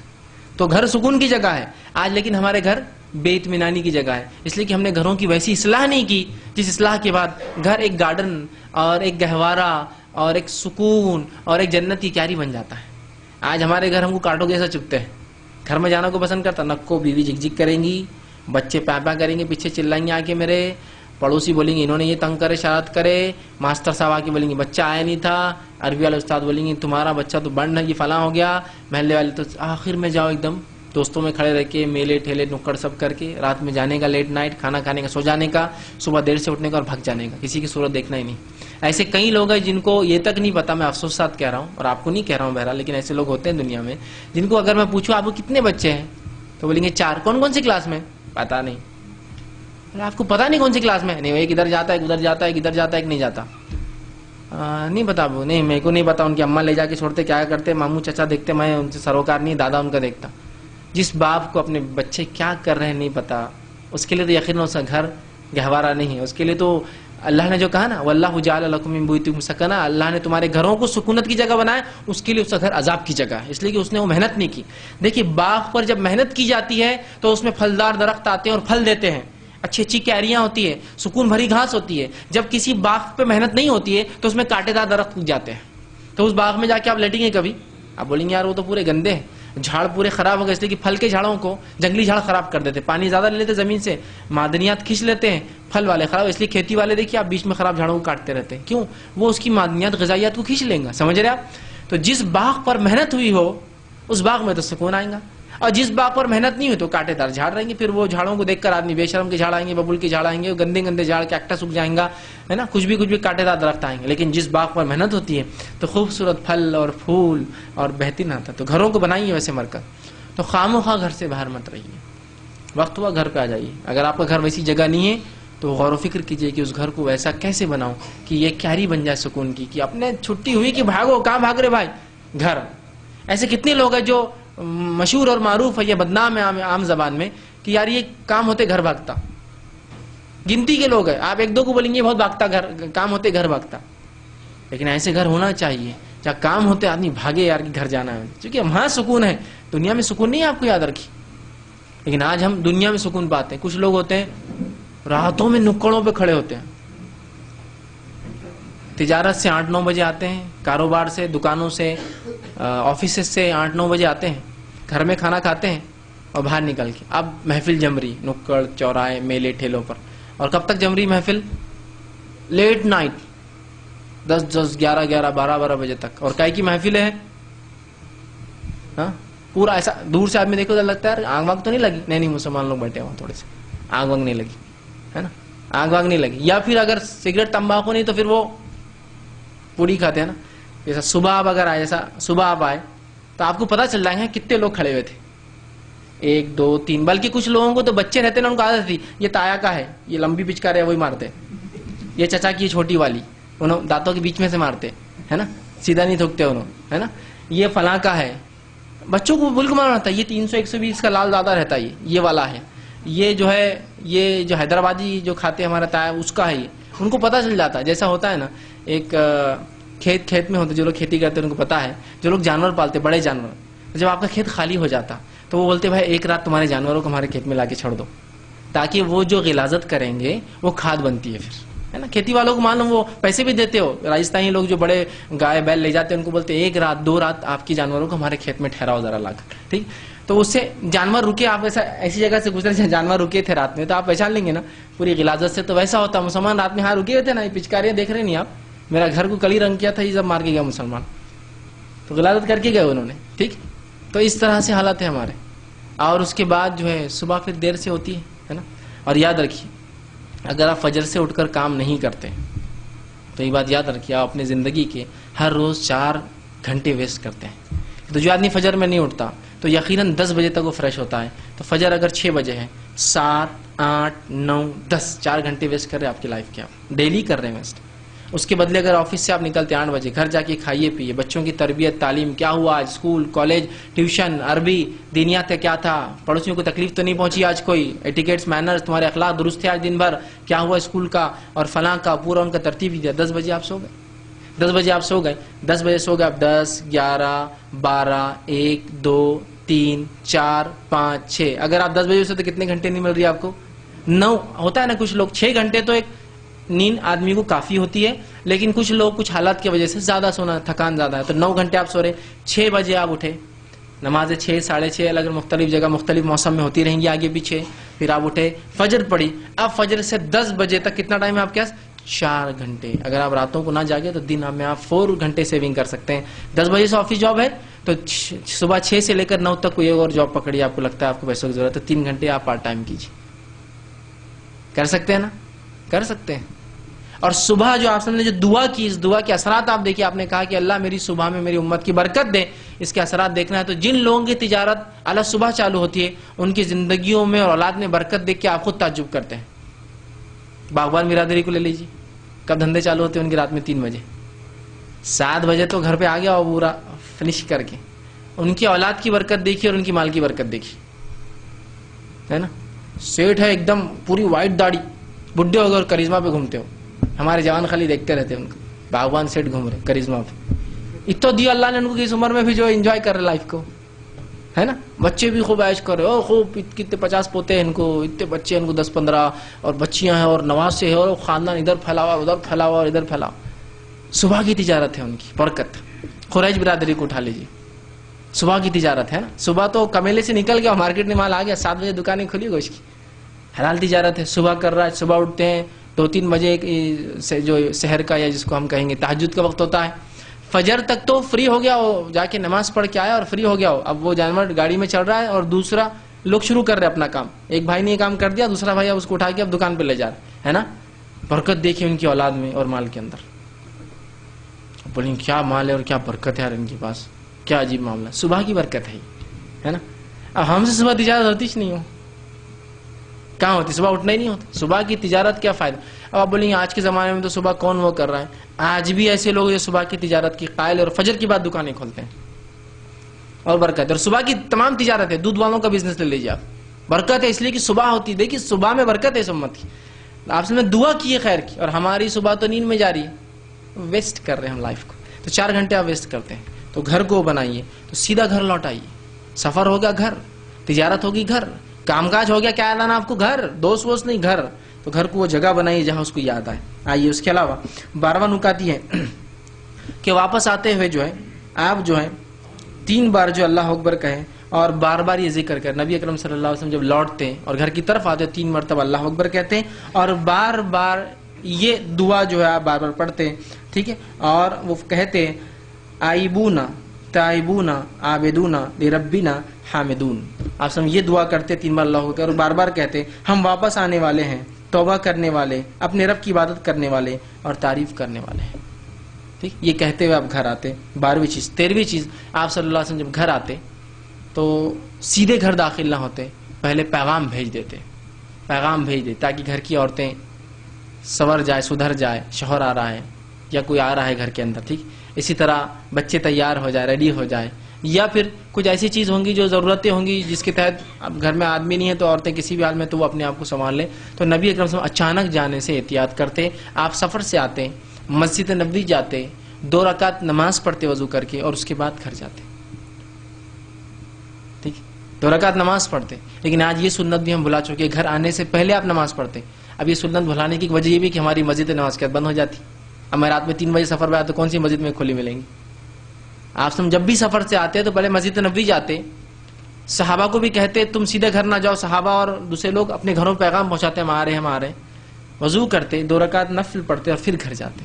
اللہ کی حمد و ثنا شکر کی میں پہنچ چکا. اور جب کسی جگہ جاتے وہاں جب اترتے تو وہاں بھی 2 رکعت نفل پڑھتے, نماز پڑھتے. تو آتے آپ نماز پڑھتے, گھر پر اطلاع دی جاتی کہ آپ آ گئے ہیں اور اس کے بعد جو ہے آپ جو ہے اپنے گھر پہنچ جاتے. تو اچانک جانے سے آپ نے منع کیا. بیوی بچے اپنے حال احوال میں ہوں گے, یا بیوی ہے شوہر بہت دنوں بعد آ رہا ہے تو اپنے حال احوال سدھار لیں, اس کو وقت مل جائے گا اپنا حال احوال سدھارنے کا. ٹھیک ہے, تو یہ بات بڑی اہم ہے. اور اس چیز کا خواتین بھی خیال رکھے جو آپ سب نے یہ کہا کہ ڈائریکٹ نہ جاؤ بلکہ اپنے آپ کو سدھارنے کا حکم دیتے. وہ ایک روایت ہے آپ نے فرمایا کہ اپنے داڑھیوں کو جھاڑو اور سوارو گھر جانے سے پہلے. تو اس کا ہمارے کچھ بھائی مطلب ہے داڑھیوں کو کاٹو, سوارو کا لفظ ہے, کاٹو لفظ کا ہو.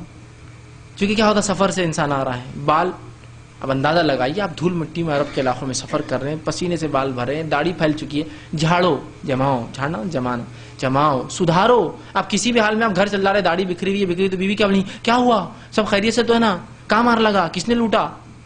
آپ بولیں کچھ نہیں یار, تو چہرہ ایسے کو بنا کے بال جما کے نہیں آ سکتے تھے گھر میں, ہے نا. وہیں آدمی گھر آتے وقت جو ہے ٹرین میں جو ہے کنگھے سے اپنے بال جما لے, یا ایروپلین سے اترا ایئرپورٹ پہ جما لے, یا ٹوائلٹ واش رومس میں جائے کہیں بال جما لے, اچھے کر لے, پھر گھر پہنچے. تو آدمی کو لگتا ہے اور بڑا سکون سے, چاہے تکلیف کتنی ہوئی ہو لیکن ان کو بھی ذہنی سکون ملتا, آپ کو بھی ذہنی سکون ملتا. تو آپ انفارمیشن پاس کر دیتے تاکہ اگر بیویاں ہوں تو اپنے شوہر کے لیے تیار ہو جائے. ٹھیک, اس طرح کا یہ کام تھا. ٹھیک ہے, تو سیدھا نہیں جاتے. 14ویں چیز 14 پوائنٹ یہ ہے کہ عورت اکیلے سفر نہیں کر سکتی. یاد رکھیے, یہ سفر کے آداب اور اخلاق میں یہ بات یاد رکھیے, عورت اکیلے سفر نہیں کر سکتی. عورت کے ساتھ محرم کا ہونا سفر میں شرط ہے. یاد رکھیے, شرط ہے. تو عورت بغیر محرم کے سفر نہ کرے. ہاں, شہر کے لمیٹیشنز کے اندر سفر کر سکتی ہو, with in boundaries of city limits جو ہو سکتا ہے, پھر وہ شہر آگے پیچھے ہوتے رہتے بڑے اور چھوٹے, لیکن اس سے باہر وہ سفر بغیر محرم کے نہیں کریں گی. اور 15واں اور آخری پوائنٹ یہ ہے کہ جب آپ سفر میں ہوں تو دوسرے مسافروں کا خیال رکھتے ہوئے آپ سفر کریں گے. ٹھیک ہے, کہ دوسروں کی مدد کرتے رہیں گے. امر بالمعروف اور نہیں انل منکر کا سفر کے پورے مراحل میں انجام دیتے رہیں گے. امر بالمعروف میں یہ ہوں گا اچھائی کا حکم دیں گے, مصیبت زدہ لوگوں کی مدد کریں گے, مسافروں کی مدد کریں گے, لوگوں کا سامان اٹھائیں گے اور رکھیں گے, لوگوں کے لیے فروانی پیدا کریں گے, اپنی وجہ سے لوگوں کو تکلیف نہ ہو اس کا بالخصوص خیال رکھیں گے. یاد رکھیے, بالخصوص خیال رکھیں گے. ٹھیک, انشاءاللہ آگے بات آئیں گی تو تفصیلات اور رکھوں گا, چونکہ احکامات ابھی باقی ہے کچھ. خصوص خیال رکھیں, اچھائی کا کام کرتے رہے, اچھائی کا حکم دے, اور برائی سے روکنے کا مسلسل کام کرتے رہے. کوئی برا کام کرا اسے روکے, کسی کو نصیحت کرے, کسی کو واعظ کرے. غیر مسلم بھائی ہمارے اگر سفر میں ہو تو ان کو دعوت اسلام پہنچائے. لمبا وقفہ ہے, 10 گھنٹے کا سفر ہے, میرا بھائی ساتھ میں, اس سے اچھا کیا موقع ہوں گا, وہ بھی فری, اس کے علاوہ کچھ کام نہیں ہے, آپ بھی فری ہے. اسلام کی دعوت دے, اسلام ایکسپلین کرے, مسلمانوں کے بارے میں غلط فہمی دور کرے, قرآن کی دعوت دے, نبی اکرم صلی اللہ علیہ وسلم سیرت کی دعوت دے, اسلام کی طرف متوجہ کرے, مسلمان جو بگڑے ہوئے ان کی اصلاح کرنے کی کوشش کرے. امر بالمعروف اور نہی عن المنکر کا فریضہ پورے سفر کے شروع سے آخر تک خود بھی اس پہ عمل کرے اور دوسرے لوگوں کو بھی کرتے رہے. دعوت اسلام دیتے رہے, برائی سے روکتے رہے, بدعت سے روکتے رہے. شرک کرنے والوں کو آپ توحید کے بارے میں سمجھائیں, جو بدعت کر رہے ہیں ان کو بدعت سے روکے, جو غیر مسلم ان کو اسلام پہنچائے, اسلام قرآن پہنچائے, قرآن کی دعوت دے. مسلمان بھائی ہے تو قرآن کی تلقین کرے, نمازوں کا اہتمام کا اس کو وہ کرے. بہت سارے کام ہے تو امر بالمعروف اور نہی عن المنکر کا فریضہ انجام دیتے رہیں. تو یہ تھے 15 نکات جو آپ ادب اور اخلاق کے اس میں رکھیں گے. اب آئیے سفر کی کچھ احکامات, چونکہ سفر میں کچھ عبادتیں بھی ہوتی ہیں, اب وہ عبادتیں کیسے کریں تو احکامات بھی رکھیں گے. تو سفر کے احکامات میں سب سے پہلی چیز یہ ہے کہ آپ کو سفر کے اندر نماز کی قصر کی اجازت ہے. ٹھیک, آپ کیا کر سکتے ہیں, سفر کے اندر آپ نماز کو قصر کر سکتے ہیں. یہ پہلی چیز اللہ رب العزت نے قرآن میں فرمایا, سورہ نساء سورہ نمبر 4 آیت 101 میں, اور کہا وَإِذَا ضَرَبْتُمْ فِي الْأَرْضِ فَلَيْسَ عَلَيْكُمْ جُنَاحٌ أَن تَقْصُرُوا مِنَ الصَّلَاةِ, کہ جب تم میں سے کوئی شخص جو ہے زمین کے اندر سفر کر رہا ہو تو اگر اپنی نماز میں قصر کر لے تو اس پر کوئی گناہ نہیں ہے. ٹھیک ہے, تو قرآن نے اس کا حکم دیا. تو سفر میں آپ نماز کو قصر کر سکتے ہیں. قصر نماز صرف 4 رکعت والی 2 رکعت ہو جاتی ہے, باقی نماز جیسے کہ ویسی رہتی ہے. فجر کی 2 رہتی ہے, مغرب کی 3 رہتی ہے, صرف 4 2 ہو جاتی ہے. ظہر کی 4 2 ہو جائیں گی, عصر کی 4 2 ہو جائیں گی, عشاء کی 4 2 ہو جائیں گی. تو قصر صرف 4 رکعت میں ہوتا ہے, 2 میں نہیں. ورنہ ایک صاحب نے مجھ سے ایک بار پوچھا کہ فیض بھائی یہ تو وہ قصر بولے تو آدھا ہوتا نا, بولے تو میں کیا کرتا ہوں, بولے ظہر عصر میں تو مسئلہ نہیں آ رہا, بولے میرے کو فجر میں مسئلہ نہیں آ رہا, مغرب میں بہت مسئلہ آ رہا, بولے 1.5 رکعت پڑھنے میں. تو مغرب میں 1.5 رکعت کیوں پڑھ رہا ہے, تو بولے قصر کا مطلب ہاف ہوتا ہے. بولے میں نے ہاف نہیں ہوتا ہے, شارٹ کرنا ہوتا ہے, تو وہ شارٹ سیکھنا پڑے گا نا, ہاف نہیں ہو. تو ارے بولے میرے کو لگتا تھا بولے وہ شارٹ کرنا, تو میں 1.5 کے چکر میں بہت پریشان تھا, تو میں احتیاطاً 2 پڑھ رہا تھا. بولے نہیں, اور بولا فجر پھر کیسا کر رہے تھے, بولے آپ 1 رکعت. ان کو سمجھ میں نہیں آیا. تو 2 فجر کی 2 رہیں گی, مغرب کی 3 رہیں گی, صرف 4 والی 2 ہو جائیں گی. ظہر کی 4 2, عصر کی 4 2, عشاء کی 4 2. اور نبی اکرم صلی اللہ علیہ وسلم سفر میں بھی وتر پڑھتے تھے, 3 وتر کی, آپ یاد رکھیے اس کو. اتنا تو آپ کو کم از کم کرنا ہے. تو سفر میں آپ قصر کر سکتے ہیں. ایک پہلی ڈھیل اور چھوٹ آپ کو دی گئی. دیکھیے آپ کو کرنا ہے تو بھی درست, کوئی نہ بھی کرے تو کوئی حرج نہیں آتا, اس لیے کہ کچھ صحابہ اس کو کرتے تھے اور کچھ صحابہ نہیں کرتے تھے. کرنے والوں نے نہیں کرنے والوں کو برا نہیں کہا, اور نہیں کرنے والوں نے کرنے والوں کو برا نہ کہا. لیکن ہمارے پاس جو سفر میں قصر نہیں کرتے وہ مسلکی ہٹ دھرمی سے نہیں کرتے. ہمارے مسلک میں قصر نہیں. ارے پاگل انسان, قرآن میں قصر کا لفظ ہے, تیرے مسلک میں نہیں ہونے سے کیا ہوتا ہے. قرآن نے کہا, سورہ نساء کہہ رہی ہے کہ تم پہ کوئی حرج نہیں اگر تم قصر کر لو. تو قرآن کے سامنے تم کیسی بات لاتے ہو اپنے مسلک کی. مسلک تو قرآن اور حدیث کی سمجھ ہوتا ہے نا ایک طرح سے. جو بات نہیں سمجھ میں آ رہی, آپ کا امام سمجھاتا ہے, آپ اس کو کاٹنے کا ذریعہ بنائیں گے کتاب و سنت کو. نہیں ہمارے پاس قصر نہیں ہے, تو تمہارے پاس نہیں, شریعت میں قصر ہے.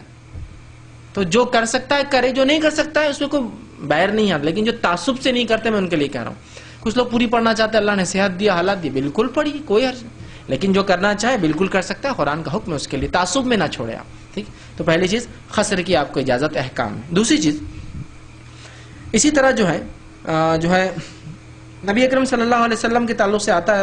انس بن مالک رضی اللہ عنہ فرماتے ہیں, اس کے تعلق سے جامع ترمذی کی روایت ہے, ہم رسول اللہ صلی اللہ علیہ وسلم کے ساتھ مدینہ سے مکہ مکرمہ گئے. آپ 4 رکعت والی نماز کو 2 رکعت پڑھتے, اور یہاں تک کہ ہم مدینہ منورہ واپس آئے. تو آپ یہ قصر کا معاملہ پورے سفر میں کر سکتے ہیں. پورا سفر, یہاں سے آپ کہیں جا رہے ہیں, وہاں سے کہیں جا رہے ہیں, جب تک آپ کا سفر کنٹینیو ہے تب تک آپ کر سکتے ہیں. اب ایک سوال آتا ہے, ہم جب کسی مقام پہ رک جائے تو کتنے دن قصر کرے پھر اگر کرنا چاہے تو یاد رکھیے اس معاملے میں نبی اکرم صلی اللہ علیہ وسلم سے کوئی صحیح روایت ایسی نہیں آتی کہ آپ نے ایسا کیا، لیکن جو بات علماء کے اقوال سے ملتی ہے وہ یہ ہے، جو امام احمد بن حنبل کا مشہور اور معروف قول ہے وہ یہ ہے کہ 4 دن یا 20 نمازوں کو انسان قصر کر سکتا ہے اگر رک جائے تو. جیسا کہ اگر میں یہاں سے اورنگ آباد سے ممبئی گیا، وہاں رک گیا ہوں 5-6 دن، تو میں صرف 20 نمازیں قصر کر سکتا ہوں، اس کے بعد کی نہیں. پھر ممبئی سے میں نکل کے گیا سمجھے پونا، تو پھر میں قصر پونا میں پھر اگر 4 دن نہیں رکتا ہوں، اس سے کم تو کروں گا. پونا سے نکل کے احمد نگر تو وہاں بھی قصر کروں گا، پھر اورنگ آباد واپس آیا میں. سمجھ رہے آپ؟ تو ایک جگہ اگر آپ رک جائے تو 20 نمازیں آپ قصر کر سکتے ہیں. لیکن اگر کنٹینیوس ٹریول ہے، یہاں سے دلی، دلی سے بمبئی، بمبئی سے کلکتہ، کلکتہ سے فلاں، فلاں سے فلاں، تو آپ جتنے دن سفر میں اتنے دن قصر کر سکتے ہیں. لیکن جب رک جائے تو اس کے لیے کوئی صحیح دلیل تو نہیں ہے، لیکن امام احمد بن حنبل کا یہ معروف قول ہے کہ وہ 20 نمازیں یا 4 دن تک قصر جو ہے ایک مقیم ہونے کے بعد کر سکتا ہے. ٹھیک، تو آپ قصر کریں گے، پہلی چھوٹ. دوسری چیز، اگر آپ سفر میں ہیں تو وضو کے پانی کا ہی بڑا مسئلہ ہوتا ہے. تو یہاں ایک سہولت شریعت نے یہ دی کہ آپ کو بار بار پیر دھونے کا وہ نہیں ہے. آپ اگر مسح کر سکتے ہیں تو سفر میں 3 دن تک موضوع پر مسح ہو سکتا ہے. سفر میں یاد رکھیے، عام حالت میں 1 دن اور سفر میں 3 دن یاد رکھیے. اس کے لیے شرط یہ ہے کہ جب آپ موزے یا جرابے یا پیتابے جب پہنے اس سے پہلے آپ باوضو ہو، اور پیتابے آپ کے پھٹے ہوئے نہ ہو جس میں سے جلد دکھتی ہو نکلتی ہو، ثابت ہونا یاد رکھیے، ورنہ پھٹے پیتابے پہ نہیں ہوگا مسح، اس لیے کہ پھر پیر کھلا ہے. ٹھیک، تو اگر آپ کے جرابے، موزے، پیتابے آپ پہنے ہوئے ہو تو 3 دن تک آپ جو ہے اس پہ مسح کر سکتے ہیں. اور یہ بڑی اچھی سہولت ہے، جو اٹھانا چاہے فائدہ بالکل اٹھائے. خاص طور سے جو لوگ ٹرین میں اور ایروپلینس میں ٹریول کرتے ہیں اور شوز پہنتے ہیں، پیر دھونا بہت بڑا مسئلہ ہو جاتا ہے یاد رکھیے. اس لیے کہ وہاں پیر دھونے کا کوئی نظم ہی نہیں ہوتا ہے. واش بیسن میں کیا پیر ڈال کے پیر دھوئیں گے؟ ٹرین کے واش بیسن خاص طور سے اتنے اونچے رکھے جاتے ہیں کہ آدمی پیر نہ ڈالے اس میں. خاص طور سے عام اعتبار سے 3 فٹ کے اوپر تقریباً 3.25 یا 2.5 فٹ پہ ہوتے ہیں. ٹیبل کی ہائٹ 2.5 فٹ پہ رہتے ہیں واش بیسن. ٹرین کے اندر 4 فٹ پر ہوتے ہیں، یہاں ہوتے ہیں، سینے کے پاس آتے ہیں. آپ پیر کیسے ڈالیں گے؟ اچھا آپ نکال کے ڈالیں گے تو موہری کا نظم نہیں. اور بیت الخلاء کے حالات کیا ہوتے ہیں مجھے بتانے کی ضرورت نہیں. وہاں تو انسان جانا ہی پسند، اتنا غلاظت کرتے ہیں لوگ، گندا کرتے ہیں. حالانکہ صاف صفائی رکھنا چاہیے. بہرحال تو آپ نے پیتابے جب پہنے سفر میں جانے سے پہلے وضو کر کے پہن لی تو آپ 3 دن تک مسح ہو سکتا. تو دیکھیے منہ دھونے میں کوئی مسئلہ نہیں، ہاتھ دھو سکتے. سر کا مسح آسان ہے. اب کیا کرے، آپ نے موزے آپ نے پہنے تھے، خالی پانی میں ہاتھ بھگائیے اور مسح کر لیجیے. مسح بولے تو کیا ہے، پیر کی آپ دونوں ہاتھ کو گیلا کریں گے، یہ آپ کا سمجھ لیجیے پیر ہے، اور دونوں ہاتھ کو اس سے آگے سے پیچھے لے جائیں گے. سمجھ لیجیے قدم ہے، یہ ہاتھ ادھر سے ادھر آئیں گا اور یہ ہاتھ ادھر سے ادھر جائیں گا. نیچے نہیں ہے، اوپر کرنا ہے پیر کی، ادھر سے ادھر، مطلب دونوں ہاتھ ایسے آگے سے پیچھے گیلے کر کے آگے سے پیچھے. ٹھیک، مسح ادھر سے ادھر، اور ادھر کہا ادھر سے ادھر جائیں گے. ٹھیک ہے، تو یہ مسح کریں گے آپ تو 3 دن تک. اور اس کے بڑے فائدے ہیں. ٹرین کے سفر میں تو خاص طور سے آپ اس کا فائدہ اٹھا سکتے ہیں. پلین میں بھی ہوتا ہے، پلین میں تو خیر پانی ہی نہیں ہوتا ہے، تو وہاں مسح کا مسئلہ رہتا ہے، وہاں تو پورا ہی آپ کو تیمم کرنا پڑتا ہے چونکہ وہاں تو پانی ہی نہیں.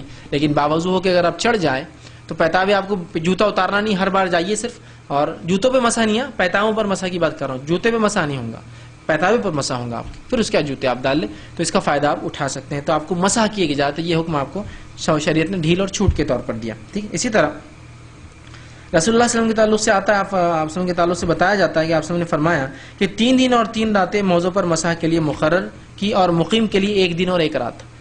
مسافر 3 دن 3 رات، مقیم 1 دن اور 1 رات یاد رکھیں. اسی طرح تیسری چیز، پانی نہ ملے تو اب کیا کریں؟ سفر میں ہے، پانی نہیں تو کیا کریں گے؟ آپ ایروپلین میں ہیں، ٹرین میں ہیں، پانی ہوتا ہے لیکن ختم ہو گیا ہے تو صرف پینے کا ہے، اتنا مہنگا ہے، خرید نہیں سکتے، سہولت نہیں، تو کیا کریں گے آپ؟ تو آپ تیمم کر لیں گے. اور اللہ رب العزت نے تیمم کا حکم جو ہے سورہ نساء سورہ نمبر 4 آیت نمبر 43 میں بیان کیا اور فرمایا وَإِن كُنتُم مَرْضَىٰ أَوْ عَلَىٰ سَفَرٍ أَوْ جَاءَ أَحَدُكُم مِّنكُم مِّنَ الْغَائِطِ أَوْ لَامَسْتُمُ النِّسَاءَ فَلَمْ تَجِدُوا مَاءً فَتَيَمَّمُوا صَعِيدًا طَيِّبًا فَامْسَحُوا بِوُجُوهِكُمْ وَأَيْدِيكُمْ. کہ اللہ فرماتا ہے وَإِن كُنتُم مَرْضَىٰ، کہ اگر تم مریض ہو، بیمار ہو، پانی استعمال نہیں کر سکتے ہو، او علی سفرین، یا تم سفر میں اور پانی نہ ملے، او جاء احدکم من الغائط، اور تم میں سے کوئی پیشاب پخانے حاجت رفع سے جا کر آیا ہو، او لامستم النساء، یا اپنی عورتوں کے ساتھ تم نے مباشرت کی ہو، فلم تجدوا ماء، اور اگر اس کے بعد تم کو پانی نہ ملے، فتیمموا صعیدا طیبا، پھر تم پاک مٹی کا قصد کرو، تیمم کرو، اور کیسا کرو؟ وامسحوا بوجوہکم وایدیکم، مسح کرو اپنے چہروں کا یا چہرے کا اور ہاتھوں کا. تو تیمم کا طریقہ کیا ہے؟ تیمم کا طریقہ بہت آسان ہے. آپ تیمم مٹی کا قصد کریں گے، مٹی پر ہاتھ ماریں گے، ٹھیک ہے، اس کے بعد پہلے چہرہ یاد رکھیے، قرآن کی آیت کی ترتیب کا بِوُجُوهِكُمْ وَأَيْدِيكُمْ، تو چہرے پہ ہاتھ پھیریں گے اور پھر الٹے ہاتھ سے سیدھا ہاتھ اور پھر سیدھے ہاتھ سے الٹے ہاتھ پہ صرف اتنا ہتھیلی پہ. یہ ہو گیا آپ کا تیمم کا غسل اور تیمم کا وضو، دونوں کے لیے ایچ ہے. سمجھ گیا؟ مٹی پہ ہاتھ مارا، مٹی پہ ہاتھ مارنا یاد رکھیے. ہمارے پاس تیمم بولے تو کہیں بھی دیواروں پہ ہاتھ مارتے ہیں اور چہرے پہ ہاتھ پھیر لیتا ہے. دیوار پہ مٹی تھوڑی ہے. ہاں دیوار پہ مٹی ہو تو الگ بات ہے، تو مٹی کا وہ کریں گے. تو مٹی پر ہاتھ ماریں گے، چہرے پر ہاتھ، سیدھا ہاتھ اور پھر الٹا ہاتھ. یہ تیمم ہے. ٹھیک، یہ کہاں کہاں آپ کو کام آ سکتا ہے؟ ٹرین میں پانی نہ ہو تو اولی مٹی کام لیں گے ٹرین میں. تو ہر مومن اپنی تیاری پہلے سے کر کے رکھے. صاف مٹی کو چھانیے، پیکٹ میں پیک کر کے جیب میں رکھ کے گھومیے. جب مٹی پانی نہیں ملے گا ڈالیے. شریعت آپ احسان کرتے کہ نماز پڑھ کے اللہ پر، اپنے نماز کی تیاری پہلے سے کر کے رکھیے. پانی کا ڈر ہے طہارت کو نہیں ملیں گا، مٹی کے ڈھیلے بھی نہیں ملیں گے، تو چوک پیس تو جیب میں رکھ سکتے ہیں نا پہلے سے. سفر پہ شریعت کی تیاری نہیں ہوتی، باقی سب ہوتی. سفر پہ جانا ہے، وہاں سے مٹھائی لا لو، ادھر سے پان تیار کر لو، ادھر سے ٹھنڈے کی بوتلیں لے لو، ادھر سے یہ کر لو، ادھر چپل رکھ لو، ادھر جوتا رکھ لو، پیپر سوپ لے لو، تیل لے لو، کنگا لے لو. اور جو نہیں لے رہے وہ طہارت کا سامان نہیں لے رہے. آپ پانی نہ ملے طہارت کیسے کریں گے؟ ٹرین میں سے کود کے اینٹ لاؤں گا میں، اسٹیشن کے پتھر کو توڑ کے اینٹیں نکالوں گا، لوگوں کے کنسٹرکشن میں سے ایک اینٹ چرا کے لے جاؤں گا. یہ کیا ہے؟ یہ بہت عجیب بات ہے. یہ مالی نقصان ہے کسی کا. پانی نہیں مل رہا تو آپ ڈھیلوں سے طہارت کریں. ایک صاحب واقعہ سنانے لگے، گاؤں میں مسجد کا کام چل رہا تھا، کسی نے اینٹ بھیج دیا اور مسجد کا کام لیٹ ہوا، مطلب وہ سیمنٹ کے پیسے جمع نہیں ہوئے تو اینٹیں رکھی رہی. اب وہ کچھ دن بعد آیا آدمی، 1 سال ہو گیا اس کا کام نہیں، دیکھا تو اینٹیں آدھی سے زیادہ کم. ارے بولے میری اینٹیں کہاں ہیں؟ بولے میں نے اتنا کنسٹرکشن دیا تھا. بولے وہ پیسے جمع نہیں ہوتا کام ہے. تو بولے باقی کہاں ہے؟ تو وہ لگ گئی. بولے پوری. تھوڑی دیر رک کے دیکھ لو کیا ہوا. ایک آدمی آیا، اینٹ اٹھایا، پھوڑا اور چلے گیا طہارت خانے میں لے کے. یہ ہو گیا. بولے کسی کا مال آپ ایسے ضائع کر سکتے ہو؟ طہارت کر رہا نا میں، تو احسان کر رہا کسی پر. اپنی اینٹ لا خود جا کر. احسان کر رہے کہ آپ کسی پہ طہارت کر کے کس کو جتا رہے آپ؟ تو اپنے وضو کی تیاری خود، اپنے تیمم کی تیاری خود، اپنی طہارت کا انتظام خود. ٹھیک ہے، تو بھر کے رکھیے اس کو. ٹرین میں، ایروپلین میں تو پانی نہیں ملتا یاد رکھیے، تو پھر بھر کے رکھیے مٹی آپ کے پاس ہے نا. ٹرے رکھیے پلاسٹک کی، آپ کا بیگ ہوتا ہے نکالیے، اس پہ ڈالیے ہینڈ بیگ پر، ملیے ہاتھ چہرے پر، ہو گیا ختم ٹائم آپ کا ہے نا. لیکن ہم نے ایک عجیب کر لیا، دنیا کی ساری تیاریاں ہمارے پاس ہے نا. سفر میں نمک بھی رہتا آپ کے سیچٹ لے جاتے چھوٹے چھوٹے، نہیں نمک کم پڑ گیا تو نماز کا نہیں سمجھتا، سوچتا یہ سب چیز کی نماز کے لیے اگر تیمم کی ضرورت پڑ گئی تو، طہارت کے لیے کچھ نہ ملے تو پانی ہے تو یہ تیمم ہے. تو تیمم کا غسل بھی ہے اور وضو بھی ہے، تو اس کا آپ خود نظم کریں. بیماروں کے لیے بھی ہو سکتا ہے، ہاسپٹل میں وضو نہیں کر سکتے، اٹھنے کا حکم نہیں ہے تو تیمم کرے. کوئی نہ کر سکے تیمم کروایا بھی جا سکتا ہے یاد رکھیے. تو آپ مٹی لے جائیے دواخانے میں رکھیے، اس پہ ہاتھ ماریں گا ایک آدمی، آپ کے چہرے پر پھیرے گا، سیدھے ہاتھ الٹے. جیسے وضو کروایا جا سکتا ہے تیمم بھی کروایا جا سکتا ہے. ٹھیک ہے، تو تیمم کریں گے پانی نہ ملنے کے سلسلے میں. چوتھی چیز جو اس کے احکامات میں آپ یاد رکھیں گے وہی ہے کہ سفر میں روزہ رکھنے یا چھوڑنے کی اجازت دونوں ہیں آپ کو. اللہ رب العزت قرآن میں فرماتا ہے، سورہ بقرہ سورہ نمبر 2 آیت نمبر 184 کے اندر فرمایا، فمن کان منکم مریضا او علی سفر فعدۃ ایام اخر. تم میں سے کوئی شخص سفر مسافر ہو یا مریض ہو تو وہ اپنے روزوں کی گنتی بعد رمضان پوری کر لے. تو اگر آپ میں سے کوئی شخص روزہ سفر کی تاب نہ لا سکے کہ روزہ رکھوں گا تو سفر کی محنتیں، مشقتیں، سامان اٹھانا، تجارت، تو روزہ چاہے تو رکھیں چاہے تو توڑے. یہ انڈیویجول شخص اور اس کی طاقت اور اس کی توانائی پہ ڈیپینڈ ہے. ٹھیک ہے، لیکن اپنے روزے کو ختم ڈھال نہ بنائیں. ڈھال کیسا؟ یہ سفر میں جا رہے آپ، رمضان ہے سمجھ لیجیے، سفر ہے، 2 تاجر سفر جا رہے دلی سامان لانے، تو ایک کیا کرتا روزہ نہیں رکھتا، دوسرا کیا کرتا روزہ رکھ کے سامان اٹھاؤ نا میرا، میں روزے سے ہے نا.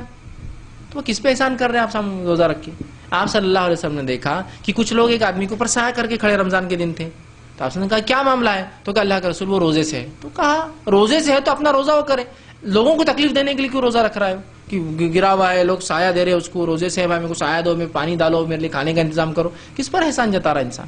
تو چاہے تو رکھے چاہے تو چھوڑے، دوسروں کو تکلیف نہ پہنچائے اور اپنے روزے کو ڈھالنا بنائے اپنی کاہلی اور کوتاہیوں کے لیے. یار میں روزے سے ہے نا، میرا سامان اٹھاؤ، میں روزے سے میرا کام کرو. نہیں، آپ روزے سے ہے، اپنے لیے روزہ رکھا ہے، کام کیجیے اپنا، نہیں ہوتا ہے تو روزہ مت رکھیے، بعد میں اس کی گنتی کو پورا کیجیے. ٹھیک ہے. اسی طرح 5ویں چیز، آپ سفر میں ہیں تو آپ قبلے کے رخ کا کیا کریں گے؟ یہ بڑا مسئلہ آتا ہے. بہت سے لوگ میں نماز نہیں پڑھتا سفر میں، کیوں؟ قبلہ کہاں رہتا اپنے کیا معلوم.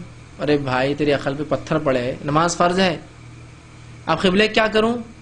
تو جدھر بہتر لگے ادھر منہ کر کے نماز پڑھیں گے آپ سفر میں، یاد رکھیے جدھر بہتر لگے.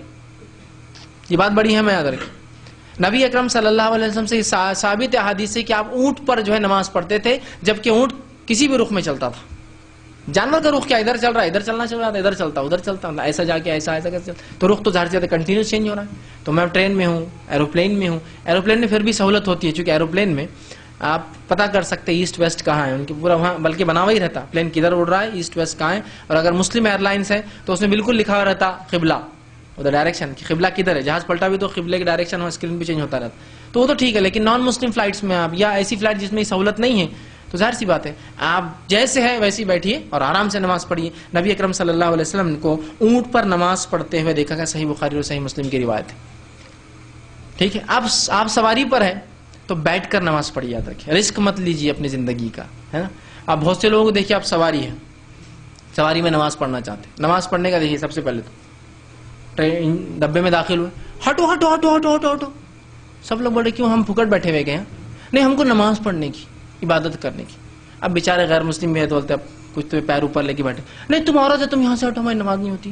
تم یہ بچے کو ہٹا یہاں سے آواز کر رہا یہ تھیلی کو ذرا یہاں سے نکالو یہ بچے کو یہ کرو. تو بولتا ہے کس پہ احسان کر رہے عبادت کر کے. مطلب اس سے کیا ہوتا ہے دین بدنام ہوتے ہیں. مذاہب کوئی بھی مذہب کا آدمی یہ کرے گا تو اس کا مذہب لوگ بدنام کریں گے. آپ ہٹ گئے سب اس کے بعد جماعت میں نماز پڑھیں گے. ارے ٹرین میں کیا جماعت میں نماز پڑھنا فرض ہے کیا. آپ نہیں پڑھ لو نہیں جماعت سے پڑھیں گے. ایک آگے امام کے بازو بھی کھڑے ہو سکتے ہیں نا تھوڑا پیچھے نہیں پیچھے سے نا پوری صف بنا کے. تو ایک امام آگے کھڑا ہوا ہے سمجھ لیجیے وہ ڈبے کے بیچ میں پیچھے 2-4 لوگ کھڑے اس کے پیچھے وہ جو سیٹ ہے وہاں کھڑے رہتے. ٹھیک. اب انہوں نے رکعت باندھ دی. اب ادھر سے ایک آدمی پیخانے کو جانا چاہ رہا کھڑا ہوا ہے کہ مسلمان نماز پڑھا نا کھڑا ہوا ہے بیچارہ پریشان کیا کرو. اچھا کوئی جانا چاہ رہا تو 2-3 بیٹھے رہتے ادھر سے پرارتھنا چل رہی مطلب احسان کر رہے ہیں ہم تم پر ہم یہ کر رہے ہیں بلکہ ٹرین چل رہی برابر. ٹھیک. یہ کس کو بتا رہے ہیں. اب اس سے دین بدنام ہوتا ہے اس لیے کہ وہ پتہ نہیں مجبور ہو ڈائبیٹک ہو اس کو پیشاب کا مسئلہ ہو اس کو پتھری کا مسئلہ ہو اس کو کچھ بھی ہو سکتا ہے نا. آپ کیسے اس کو روک سکتے ہیں پیشاب. آپ کیوں ایسی نماز پڑھے جو اذیت دیتی ہے انسانوں کو. کوئی ضرورت نہیں ایسی نماز کی. اپنی اپنی پڑھیے اکیلے کے لیے پڑھیے اور کھڑے کے مت پڑھیے. بہت بڑا رسک ہے یاد رکھیے اس لیے کہ آپ گریں گے ہاتھ پیر توڑ بیٹھیں. تو سب سے اچھا ٹرینوں کے اندر طریقہ ہے اوپر کی برتھ ہوتی ہے نا کسی کو تکلیف نہیں ہوتی اس سے. سیدھا وضو کر کے اوپر چڑھ جائیے اور بیٹھ کے نماز پڑھیے. اس لیے کہ آپ کھڑے کے پڑھیں گے تو گرنے کا ڈر لوگوں کو تکلیف ہوتی. ایک واقعہ جو ہے ایسا ہوا کہ ایک صاحب جماعت بنا کے کھڑے ہو گئے نماز کے لیے پیچھے تک بند کر دی ٹرین کو. ایک عورت ہے اس کے بچے نے پیخانہ کر دیا نان مسلم تھی بیچاری. وہ اتنی پریشان کہ کیا کروں اس بچے کا. اور وہاں والا بولتا کہ اٹھنا نہیں مسلمان نماز پڑھ. آخر میں انہوں نے جو ہے مسلمانوں کی ماں بہنی کر دیا. پورا جھگڑا ہو گیا ٹرین کہ وہ کب تک عورت کا پورے کپڑے بھر گئے وہ نیچے کا بھر گیا وہ نماز ان کی ختم ہی نہیں ہو رہی. سب سے پہلے تو یہ نماز پڑھنے کا طریقہ شریعتاً ثابت ہی نہیں ہے کہ آپ مسافروں کو تکلیف دے کے نماز ایسی جگہ پڑھی نہیں جا سکتی جہاں انسانوں کو تکلیف ہو. یاد رکھیے مسجدیں کیوں بنائے اللہ کے رسول نے. آپ مدینہ کی سڑکوں پہ بھی نماز پڑھ لے سکتے تھے لوگوں کو تکلیف نہ ہو اللہ کے گھر الگ ہو. ٹھیک. اس میں بھی سہولت کی لانے جانے کو تکلیف نہ ہو راستے ایسے بناؤ کتنی باتیں ہیں. تو قطعی غلطی مت کیجیے. انفرادی پڑھیے اوپر بیٹھیے یا ایسی اگر نیچے برتھ ہے تو بیٹھیے. اگر لوگ ہے آپ کی برتھ کنفرم نہیں ہے تو اجازت مانگیے. ہمارے پاس کیا ہوتا ہے نماز پڑھنا چل کیسا نہیں اتر. بولتا کیوں میرا ٹکٹ ہے نماز پڑھنے کی اتر کیسا نہیں اترتا. اب وہ ڈر جاتا اس کو لگتا بھائی نماز کا نہیں بولے تو اللہ اکبر بولیں گا تلوار نکالیں گا اور گردن الگ میری اور یوں پکڑے کھڑ رہے گا مسلمان. تو بولتا ہٹ جا رہا میں. لیکن اس کے دل میں کیا گزرتی کیسے لوگ ہیں سالے ٹکٹ خریدتے نہیں پہلے اتنا نمازیں پڑھنا ہے تو ٹکٹ لینا اپنی چھت پہ جا کے پڑھو. نہیں تو وہاں تو نہیں بولتا بیچارہ کیا کریں گا دل میں. لیکن تو آپ اس سے گزارش کریں گے بھائی صاحب یہ میں تھوڑی دیر نماز پڑھنا چاہ رہا ہوں 5 منٹ آپ کی سیٹ دیں گے کیا. ہاں کہے تو ٹھیک نہ کہے تو ختم. یہ نہیں کہ ایسے انسان ہیں شاپت ہو جائیں گے تم کو یہ ہوگا تم مر جائیں گے تم ہلاک کچھ نہیں ختم. اس نے نہیں کہہ رہا ختم. سمپل اتنا ہی سمپل ہے. تو احسان نہیں کرتے اپنی عبادت کر کے لوگوں کو تکلیف نہ ہماری عبادت سے. تو سواری کے اندر قبلے کا کوئی مسئلہ نہیں ہے اور کھڑے اور بیٹھ جیسا سہولت ہو. جیسا آپ بس چل رہی ہے اب بس میں تو بہت مشکل ہے. ٹرین میں تو بھی کھڑے رہنے کی بیٹھنے کی سجدے کی جگہ بس میں آپ بیٹھے تو وہیں رکعت باندھیں گے آپ بس میں اور سجدے وجدے سب اتنی جگہ میں جو ہوتے ہیں. بہت سے لوگ بس میں بیٹھنے کا لوگوں کو ہٹا کر بیچ میں نماز پڑھتے ہیں. کیا ہے یہ تکلیف ہوتی ہے انسانوں کے. پیچھے والے کو جانا کیسے جائیں گا. آپ کچھ لوگ تھوڑی سمجھتے مسلمان نماز پڑھا وہ نمازی کو دھکا دے کے نکلتا رہنے لڑتے رہتا جھٹے اور انہیں دھکا دے کے بازو سے نکلتا. کیونکہ اس کو کیا اس کو لگا یہ بیچ میں کھڑا ہوگا پاگل انسان غیر مسلم. اور انہوں نمازی بول کے ہے نا حدیث میں کہ نمازی کے سامنے کو تو شیطان تو لڑنے کو تیار ہے اس سے. ارے بھائی ابھی جو ہے آپ شیطان ہیں وہ نہیں ہے. اس لیے کہ آپ اپنی نماز اس غلط جگہ بیٹھ کر پڑھتے اپنی سیٹ پر پڑھتے ہیں یا اگر جگہ نہیں تھی رہ جاؤ تو ڈرائیور سے پوچھ کے اسے کیبن میں جا کر پڑھتے ہیں لوگوں کو تکلیف دے کرنے کی. اسی طرح جو چھٹی چیز سفر میں اگر آپ کو جلدی ہو، مشکلات ہو، تو آپ نماز کو قصر کے ساتھ، آدھی کے ساتھ جمع بھی کر سکتے ہیں. مطلب ظہر فجر کے وقت میں ہوں گی، ظہر اثر کو ملا سکتے ہیں اور مغرب اور عشاء کو ملا سکتے ہیں. آپ 2 نمازوں کو، مطلب 5 نمازوں کو 3 اوقات میں، فجر میں، ظہر اثر ایک ساتھ، مغرب عشاء ایک ساتھ. ٹھیک. آپ کیسا پڑھیں گے؟ فجر کی 2 رکعت فجر میں، ظہر سفر میں تو آپ 2 پڑھیں گے، اثر بھی 2 پڑھیں گے. تو ان 2 رکعتوں کو یا تو ظہر کے وقت میں پڑھ لے یا تو اثر کے وقت میں پڑھ لے. سمجھ رہے آپ؟ مطلب شروع میں یا آخر میں. اس کے بعد مغرب عشاء کو یا تو مغرب کے 3 پڑھ کے عشاء کی 2 پڑھ لے، یا پھر دیر کرے، پھر مغرب کی 2 پڑھے عشاء کے وقت میں، اور پھر مغرب کی 3 پڑھے اور عشاء کی 2 رکعت پڑھے. آپ جمع بھی کر سکتے ہیں قصر کے ساتھ. ٹھیک. اب بہت سے لوگ جمع بھی نہیں کرتے، نہیں نماز جمع نہیں ہوتی. کیوں نہیں جمع ہوتی؟ آپ صلی اللہ علیہ وسلم نمازوں کو جمع کیا، متواتر روایت اس کے لیے موجود ہے، لیکن بس تعصب کی بنیاد پہ نہیں کرتا. تعصب نہیں، اگر اجتہادی کوئی مسئلہ ہو تو الگ بات ہے. ہمارا مسئلہ اور یہ نہیں، تعصب کی بنیاد میں. اجتہادی مسئلہ تو ہو سکتا ہے کسی عالم کے، اجتہادی مسائل الگ ہے، اس کو اختیار ہوتا ہے انسان کو. لیکن یہاں کوئی مسئلہ نہیں، یہاں سنت سے مکمل ثابت ہے، تو آپ اس کو جمع بھی کر سکتے ہیں. عموماً جو ہم فائدہ اٹھا سکتے ہیں اس نمازوں کا، آپ یہ کر سکتے ہیں، چونکہ عموماً ٹرین میں یا بسوں میں، ایروپلینس میں وضو کی سہولت بہت کم ہوتی ہے. تو آپ کیا کیجئے، ظہر اثر کو اثر کے وقت میں پڑھیے لیٹ. مثال کے طور پر اثر کا آخری وقت ہو رہا ہے، سمجھ لیجیے آپ کو پتہ ہے 5:30 بجے آخری وقت ہے، اور مغرب ہوں گی اس کے 6 بجے، مطلب 25 منٹ سورج ڈوبنے کو لگتے ہیں. تو آپ 5 بجے وضو کر لیجیے، 2 رکعت ظہر کی پڑھ لیجیے، 2 رکعت اثر کی، ہو گئے. اب اس کا صرف آپ کو 1 گھنٹہ انتظار کرنا ہے، اور 6 بجے مغرب ہو جائیں گے. پھر مغرب کی 3 اور عشاء کی 2 پڑھ لیجیے، تو ایک وضو میں آپ 4 نمازیں کر لیتے ہیں. سفر میں نا تو بہت مشکل ہوتی ہے وقت کا وہ کرنا، اور وضو کا پانی نہیں ہے، تو ایسے وقت وضو کیجیے جب اثر کا آخری وقت ہو، تو ظہر اثر ہو جاتی ہے. اس کے بعد 1-1.5 گھنٹے بعد فوراً مغرب ہو جاتی ہے، تو مغرب اول وقت میں ہو جائیں گے، عشاء کو اس کے ساتھ ملا لیں گے. تو چاہے تقدیم شروع میں پڑھے یا تاخیر کر کے، جو بھی آپ کرنا چاہے کر سکتے ہیں. تو یہ بہرحال ایک میں سہولت دے رہا ہوں، جس کو سہولت ہے آسانی سے تو ظہر کے وقت میں اول ظہر پڑھے، مکمل پڑھتا ہے وہ مسئلہ. لیکن یہ سہولت آپ کو ہے، آپ اس سہولت کا چاہے تو سفر میں جو ہے فائدہ جو ہے اٹھا سکتے ہیں. تو آپ صلی اللہ علیہ وسلم نے ظہر اثر کو اور اثر مغرب کو اکٹھی پڑھی. صحیح بخاری اور صحیح مسلم کی کئی روایتیں اور دیگر کتب حدیث میں یہ روایتیں بہرحال کثرت سے موجود ہے کہ آپ صلی اللہ علیہ وسلم نے مصیبت میں، پریشانی میں، زیادہ بارش کی اس میں، موسم کی خرابی میں بھی آپ نے 2 نمازوں کو ملایا ہے. یہ بات بہرحال ثابت ہے. اور آج بھی جو لوگ خلیجی ملک، گلف کنٹریز میں ہوتے ہیں، اگر بارش تیز ہو تو وہ کیا کرتے ہیں، ظہر پڑھ رہے تو اثر ملا دیتے ہیں، تاکہ اب بارش بہت تیز چل رہی ہے، آپ چلے جاؤ اپنے گھروں پر، کوئی ضرورت نہیں اثر میں آنے کی. ایسا ہوتا ہے. یا کبھی اذان دی جاتی ہے اور کہا جاتا ہے گھروں میں پڑھ لو، سب لوگ اذان کے اپنے اپنے گھر میں پڑھ لیتے. چونکہ نبی اکرم صلی اللہ علیہ وسلم کے زمانے میں ایک بار خوب بارش ہوئی، آپ نے حضرت بلال سے کہا اذان دو، اور بلال اذان کے بعد کہہ دینا لوگوں گھروں میں نماز پڑھو. آپ نے اذان دی اور کہا لوگوں گھروں میں نماز پڑھو. کتنی سہولت دیکھی شریعت میں. کیوں آتے ہو تکلیف جھیل کر پانی کی، اس کی گھر میں پڑھ لو. سمجھے؟ تو بہرحال یہ چند احکامات تھے سفر کے، اور یہ چند اس کے آداب اور احکامات میں نے دونوں ساتھ رکھنے کی کوشش کی. اللہ رب العزت سے دعا ہے کہ اللہ سبحانہ وتعالی ہم تمام کو کتاب و سنت کی صحیح سمجھ عطا فرمائے، اس کے مطابق عمل کرنا ہمارے لیے آسان کرے، ہمیں جب تک زندہ رکھے اسلام اور ایمان پر زندہ رکھے، خاتمہ ایمان پر ہو. آخر دعوانا الحمدللہ رب العالمین. سبحان ربک رب العزت عما یصفون وسلام علی المرسلین والحمدللہ رب العالمین. وعلیکم السلام.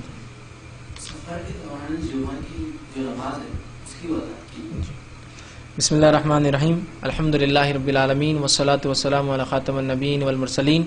رب اشرح لی صدری ویسر لی امری واحلل عقدۃ من لسانی یفقہوا قولی. بھائی نے ایک اچھا سوال کیا کہ جمعہ کی نماز سفر میں اگر ہو تو اس کا کیا معاملہ ہوگا. تو دیکھیے جمعہ کی نماز کے تعلق سے مسافر کی حد تک رسول اللہ صلی اللہ علیہ وسلم فرماتے ہیں اس کے لیے جمعہ نہیں ہے. حدیث میں آپ نے کچھ الفاظ لیے، فرمایا کہ مسافر کے لیے جمعہ نہیں، غلام کے لیے جمعہ نہیں، عورت کے لیے جمعہ نہیں، جو بالغ نہیں اس کے لیے جمعہ نہیں. تو کچھ الفاظ ہیں جس کے اندر مسافر کا لفظ ہے. تو مسافر کے لیے جمعہ کی چھوٹ ہے. تو اگر جمعہ ملتی ہے تو بہت اچھی بات ہے خطبے کے ساتھ، نہیں ملتی ہے تو آپ ظہر پڑھیں گے، چاہے تو پوری پڑھنا ہے تو قصر کرنا ہے تو قصر کرے، جمع کرنا ہے تو آپ جمع بھی کر سکتے ہیں. تو جمعہ کی حد تک مسافر کو جمعہ کی چھوٹ ہے. مسافر کے لیے، عورت کے لیے، نابالغ بچے کے لیے، غلام کے لیے جمعہ نہیں ہے، یاد رکھیے. تو غلام آقا کے ماتحت ہوتا ہے، اجازت دے تو جائیں گا، نہ دے تو نہ جائیں گا. تو لہٰذا جانے دینا چاہیے، لیکن نہ بھی دے تو اس لیے اللہ شریعت نے اس کو چھوٹ دے دی. تو لہٰذا مسافر کے لیے جمعہ نہیں ہے. تو کوئی سفر کرنے والا مجبور ہو سفر کی وجہ سے تو اس کے لیے جمعہ کی چھوٹ ہے، وہ جمعہ نہیں پڑھیں گا، اس دن اس کی ظہر ہوں گی. اور یہی معاملہ ان کے لیے بھی کہ جو شہر میں بھی ہے اور کسی وجہ سے ساری جمعہ چھوٹ جائے جمعہ کے دن، تو وہ بھی اس دن کیا پڑھیں گا، جمعہ نہیں ہوتی یاد رکھیں، اس کی ظہر اس کو پڑھنا پڑے گی.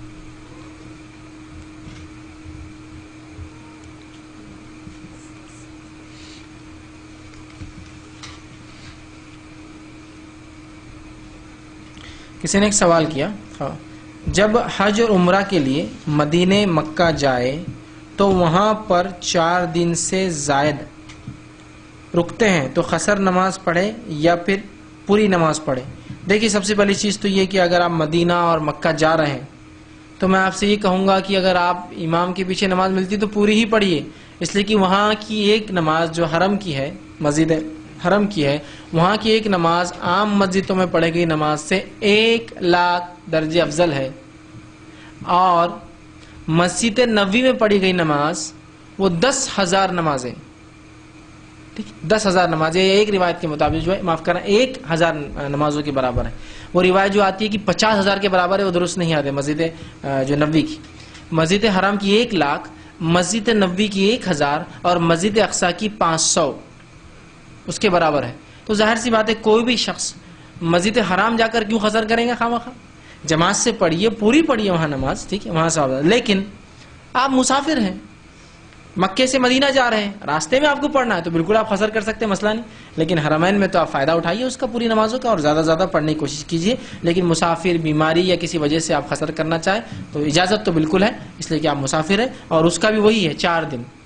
لیکن یہ فرض نہیں ہے، کچھ لوگ سمجھتے 4 دن کم از کم پڑھنا ہی پڑیں گی تو وہ خامخواہ قصر کرتے رہتے، نہیں، یہ قصر خامخواہ نہیں ہے، آپ جماعت سے پڑھیے، وہاں الگ الگ پڑھیے، اس کا ثواب انشاءاللہ عزیز زیادہ ملے گا۔ آگے انہوں نے سوال کیا، سفر میں جیسا کہ آپ نے کہا کہ دوسرے شہر جائے تو عورتیں برقع نکال دیتی ہیں، تو اگر کوئی عورتیں نہیں نکالتی برقع پر برابر زینت کو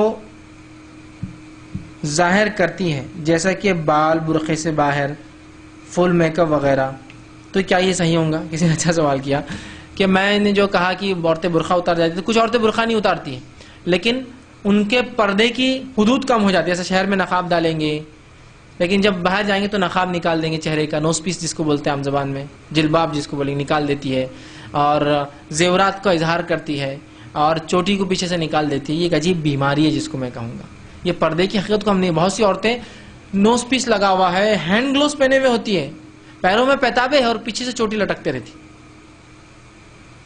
حالانکہ بال زینت کا ایک بڑا اہم حصہ ہے، اس کو بھی آپ کو پردہ کرنا ہے۔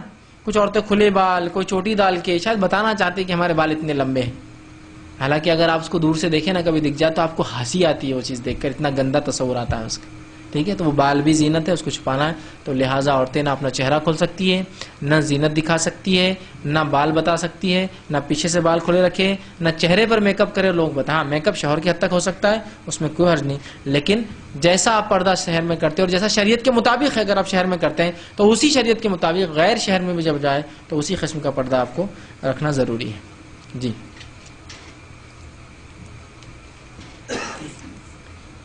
السلام علیکم۔ سفر میں جو تو قصر کتنے کلومیٹر پر کیا جائے گا؟ جی جیسا کچھ بولتے ہیں کہ 72 کلومیٹر، کچھ آتا ہے کہ 30 یا 35 جی کلومیٹر۔ جی میں نے ایک بڑا اچھا سوال کیا جو میرے سیشن میں چھوٹ گیا تھا کہ اب قصر کرے کہاں سے؟ قصر تو کر سکتے ہیں، جمع بھی کر سکتے، بات ہے قصر کرے کہاں سے؟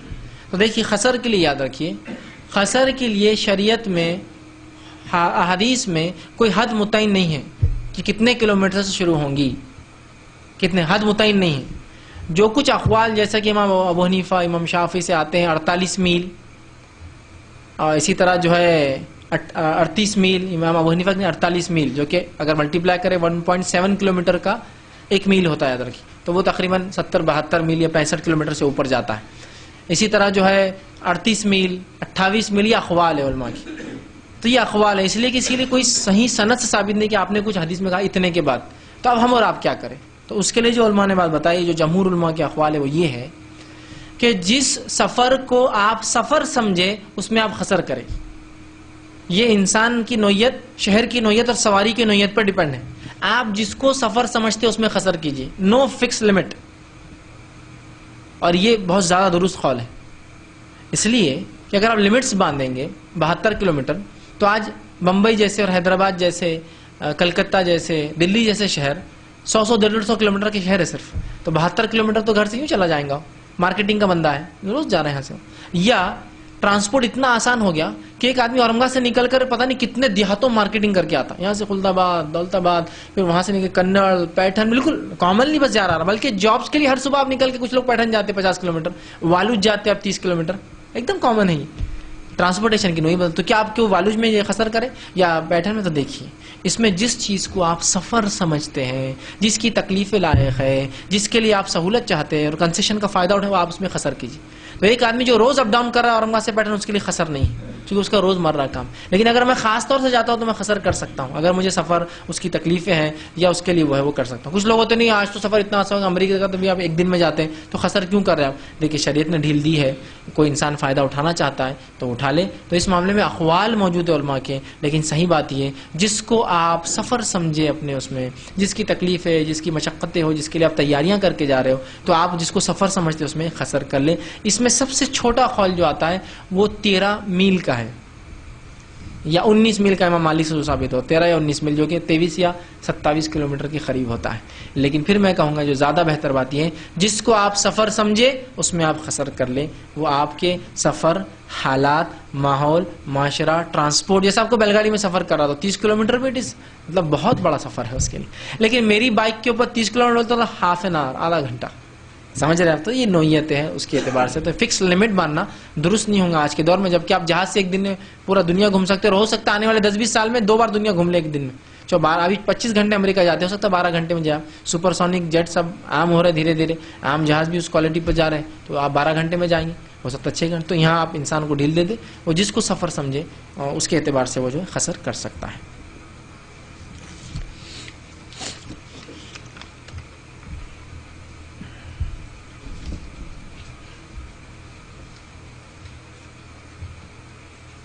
کسی نے سوال کیا حج کے دوران لوگ سفر کرتے ہیں اور وہاں خسر کا مسئلہ ہوتا ہے، جیسا کہ وہاں اللہ کے رسول صلی اللہ علیہ وسلم نے خسر کیا تھا وغیرہ، تو اس کے بارے میں رہنمائی کیجیے. دیکھیے آپ جب حج میں ہیں اور بالخصوص حج کے دوران آپ مینا میں ہیں تو وہاں نبی اکرم صلی اللہ علیہ وسلم نے خسر کیا اور وہی سنت طریقہ ہے، یاد رکھیے. حالانکہ رسول اکرم صلی اللہ علیہ وسلم مکہ کے مقیم تھے، اس کے بعد بھی آپ نے خسر کیا. سمجھ رہے آپ بات کو؟ آپ مکے کے تھے، اس کے بعد بھی آپ نے خسر کیا. اس سے پتا چلا کہ جب مقیم خسر کر رہا ہے تو وہ حج کے اندر ویسا ہی کرنا ہے. بہت سے لوگ کہتے ہیں نا، میں نے اس لیے کہا شروع میں، دیکھیے مسلکی تعصب پر آپ کوئی عمل نہ چھوڑے. دین کا اجتہادی مسئلہ ہو، جہاں قرآن حدیث کی صحیح دلیل نہ ہو تو وہاں علماء اپنے اجتہاد رکھے، تو وہاں بھی اختلاف کر سکتے ہیں، ان کا قولی میں ان کو مانتا ہوں، ان کو نہیں مانتا ہوں. لیکن کھلی کتاب و سنت کو چھوڑ کے آپ کہیں میں ان کو مانتا ہوں، جیسا کچھ لوگ حد عثمان نے تو پوری پڑھی نا. ارے کیا تمہاری عقلوں پر پتھر پڑ گئے ہیں؟ اللہ کے رسول نے تو خسر کی نا، تم کو سمجھ میں نہیں آتی وہ بات اتنی کھلی؟ ابوبکر نے کیا کیا اور عمر نے اپنے 10 سال کیا خسر ہی کیا نا. تو تم لا کر بتاتے ہو ایک مثال عثمان بن عفان کی، اور وہ بھی ایک ہی بار آپ نے کیا، اس کے بعد نہیں کیا. تو آپ کو سمجھ میں نہیں آتا اتنی کھلی سنت کو. تو ہمارا مسئلہ یہ ہو گیا کہ کتاب و سنت ہم کو ہضم ہی نہیں ہو رہا آج، اور ہم چاہتے ہی نہیں اس کو فالو کرنا. تو آپ صلی اللہ علیہ وسلم خسر کیا، تو جہاں حج کے اندر آپ نے مینا میں اس میں خسر کیا، آپ بھی وہاں خسر کیجیے، آپ بھی وہاں خسر کیجیے. دیکھیے رسول اللہ صلی اللہ علیہ وسلم کی اس معاملے میں وہ سنت ہے، یاد رکھیے. جی وعلیکم السلام.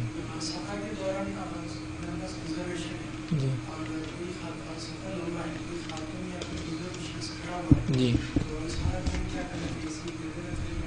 جی میں نے ایک اچھا سوال کیا کہ اخلاقی اعتبار سے اگر ہم ریزرویشن ریزرو سیٹ پر جا رہے ہیں اور کچھ لوگ ہیں جو کھڑے ہیں جن کو سیٹس نہیں، جو بالخصوص عورتیں ہیں، بوڑھے ہیں، بہت چھوٹے بچے ہیں، بیمار ہیں، معذور ہیں، تو اس کے معاملے میں ہم کیا کریں؟ دیکھیے سب سے پہلی چیز تو یہ کہ ایک مومن خیر خواہ ہوتا ہے اور دوسروں کی خیر خواہی کرتا ہے. سفر کے اندر بھی وہ خیر خواہ ہوتا ہے، دوسروں کی خیر خواہی کرتا ہے. تو اس خیر خواہی کے جذبے کے تحت اپنی سہولتوں کا فائدہ اٹھاتے ہوئے باقی چیزوں کا جتنا لوگوں کو فائدہ اٹھانے دے سکتے ہیں ایسے لوگوں کو آپ بالکل دیجیے. جیسا مثال کے طور پر اگر میری سیٹ ہے جو نیچے کی سیٹ ہے، اور اگر میں سوتا ہوں اور اگر سرک کے سوتا ہوں تو نیچے کی سیٹ پہ آگے کچھ لوگ بیٹھ سکتے ہیں، جھک کر ہی صحیح لیکن بیٹھ سکتے ہیں تھوڑی دیر. تو آپ ان کو وہ اجازت دے سکتے ہیں کہ آپ یہاں بیٹھ جائیے اتنی دیر، چونکہ کوئی مسئلہ نہیں اور میں یہاں سو رہا ہوں، تاکہ اس کا بھی کام ہو جائے، آپ کا بھی کام ہو جائے. آپ کا کوئی ایسا مستحق بھائی جو بیمار ہے اور سیٹ ایک ہی ہے تو آپ یہ بھی کر سکتے کہ آدھی سیٹ پر وہ سوئے، آدھی پہ آپ سوئے. جیسا ہوتے ہیں نا، پیر اس کے ادھر اور اس کا سر ادھر، اس کے پیر ادھر ہوتا ہے نا، ایسا بھی ایڈجسٹمنٹ دیکھیے آپ لوگ کرتے ہیں. تو بالخصوص یہ سائڈ کی سیٹ پہ تو بہت اچھے سے ہو سکتا ہے، جو اندر ہوتی ہے وہ سائڈ کی چھوٹی ہوتی ہے ٹرین میں، تو آپ شیئرنگ کر سکتے ہیں۔ بس ہو تو بہرحال وہاں سونے کا تو آج کل سوال نہیں، بہت کم سلیپر ہوتی ہے، اور سلیپر میں تو ظاہر سی بات ہے بغیر ریزرویشن چڑھ ہی نہیں سکتا کوئی بس میں۔ ایسی بس ہے جس کے اندر بیٹھنے کا سسٹم ہوتا ہے، اور وہ تو اس میں کوشش کرے کہ 3 بیٹھے، اگر 2 لوگ اجازت دے رہے ہیں آپ کی بازو کے، تو ایک غریب ہے، مسکین ہے، محتاج ہے، بیمار ہے، اس کو آپ بالکل بٹھا سکتے ہیں، یہ بھی ہو سکتا ہے، ٹھیک۔ اسی طرح ٹرین کے اندر تو آپ بہت سہولت، جیسا دن ہے تو آپ یہ کہہ سکتے، دیکھیے اب یہ سفر اپنا بہت لمبا ہے، آپ بھی اور میں بھی ہوں، اور آپ کو لگتا ہے بیچارہ واقعی میں مستحق ہے، اس کو وقت اور ٹائم دیا جائے، تو ایک کام کیجیے، ابھی دن کا وقت ہے نا، تو آپ سو کر اٹھ جائیے، بولنا جتنا سونا ہے سیٹ کے اوپر میری، میں بیٹھ جاتا ہوں، تاکہ پھر رات میں سونا چاہوں گا اور آپ بیٹھ جائیے۔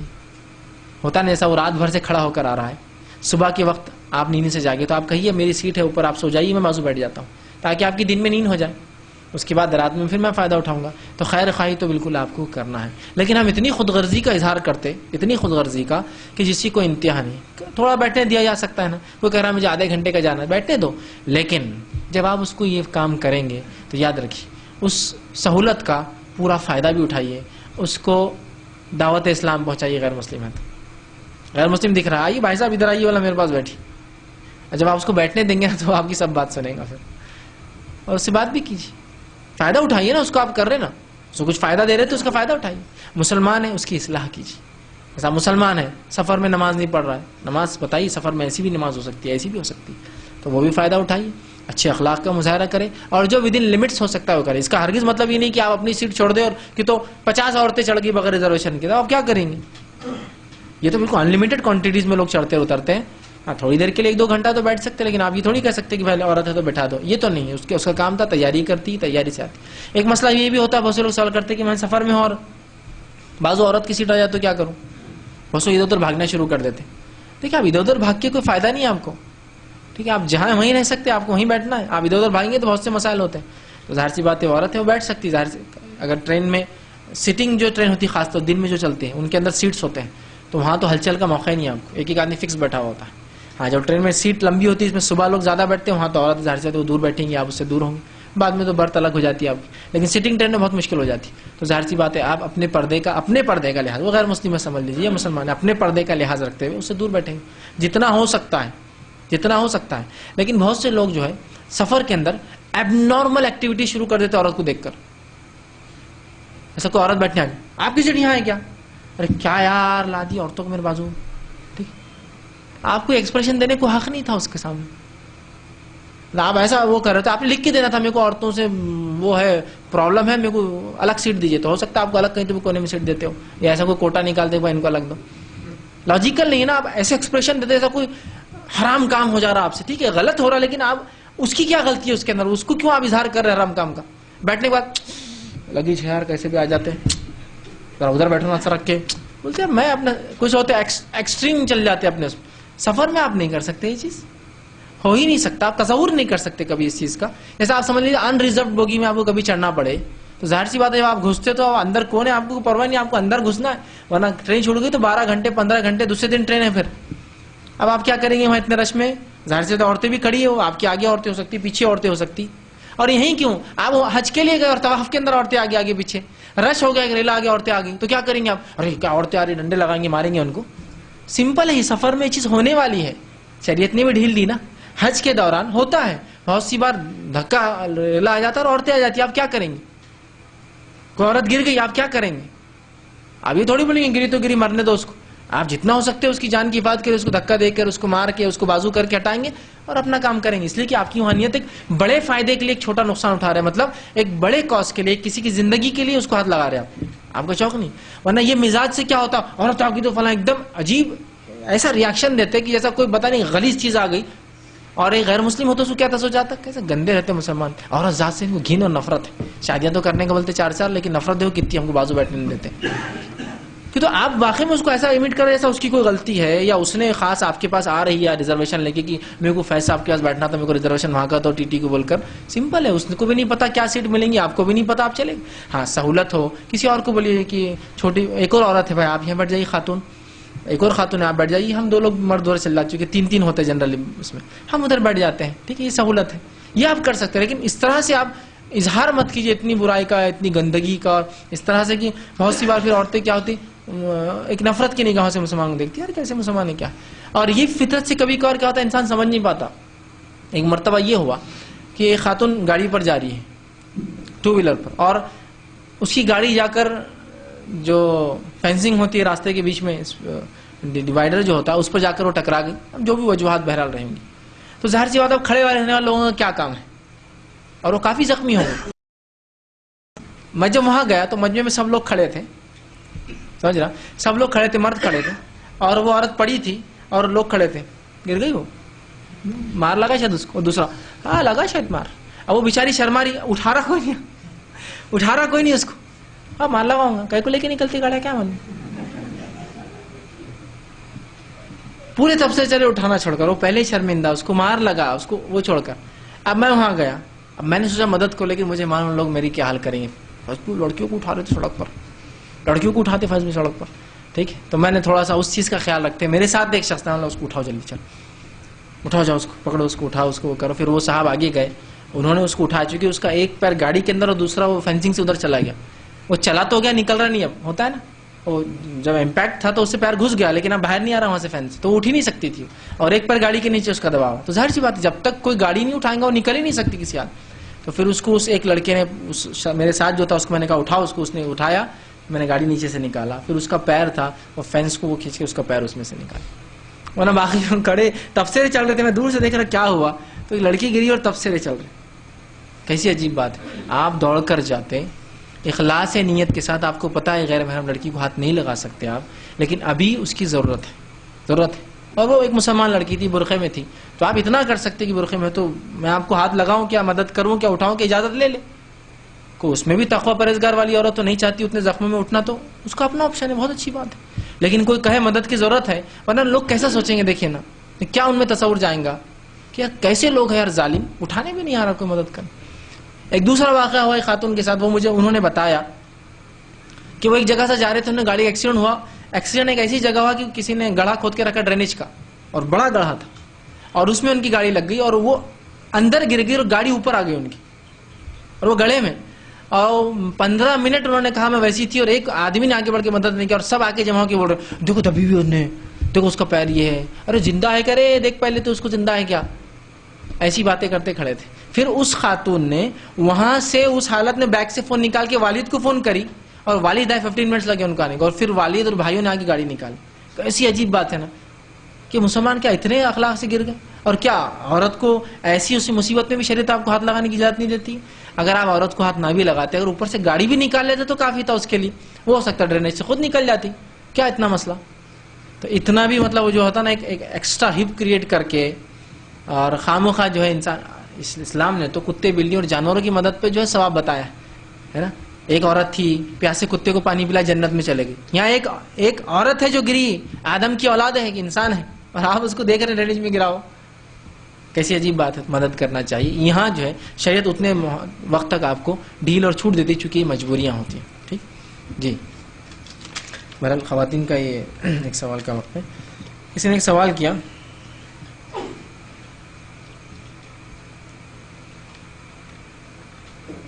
اگر ایک ماں اور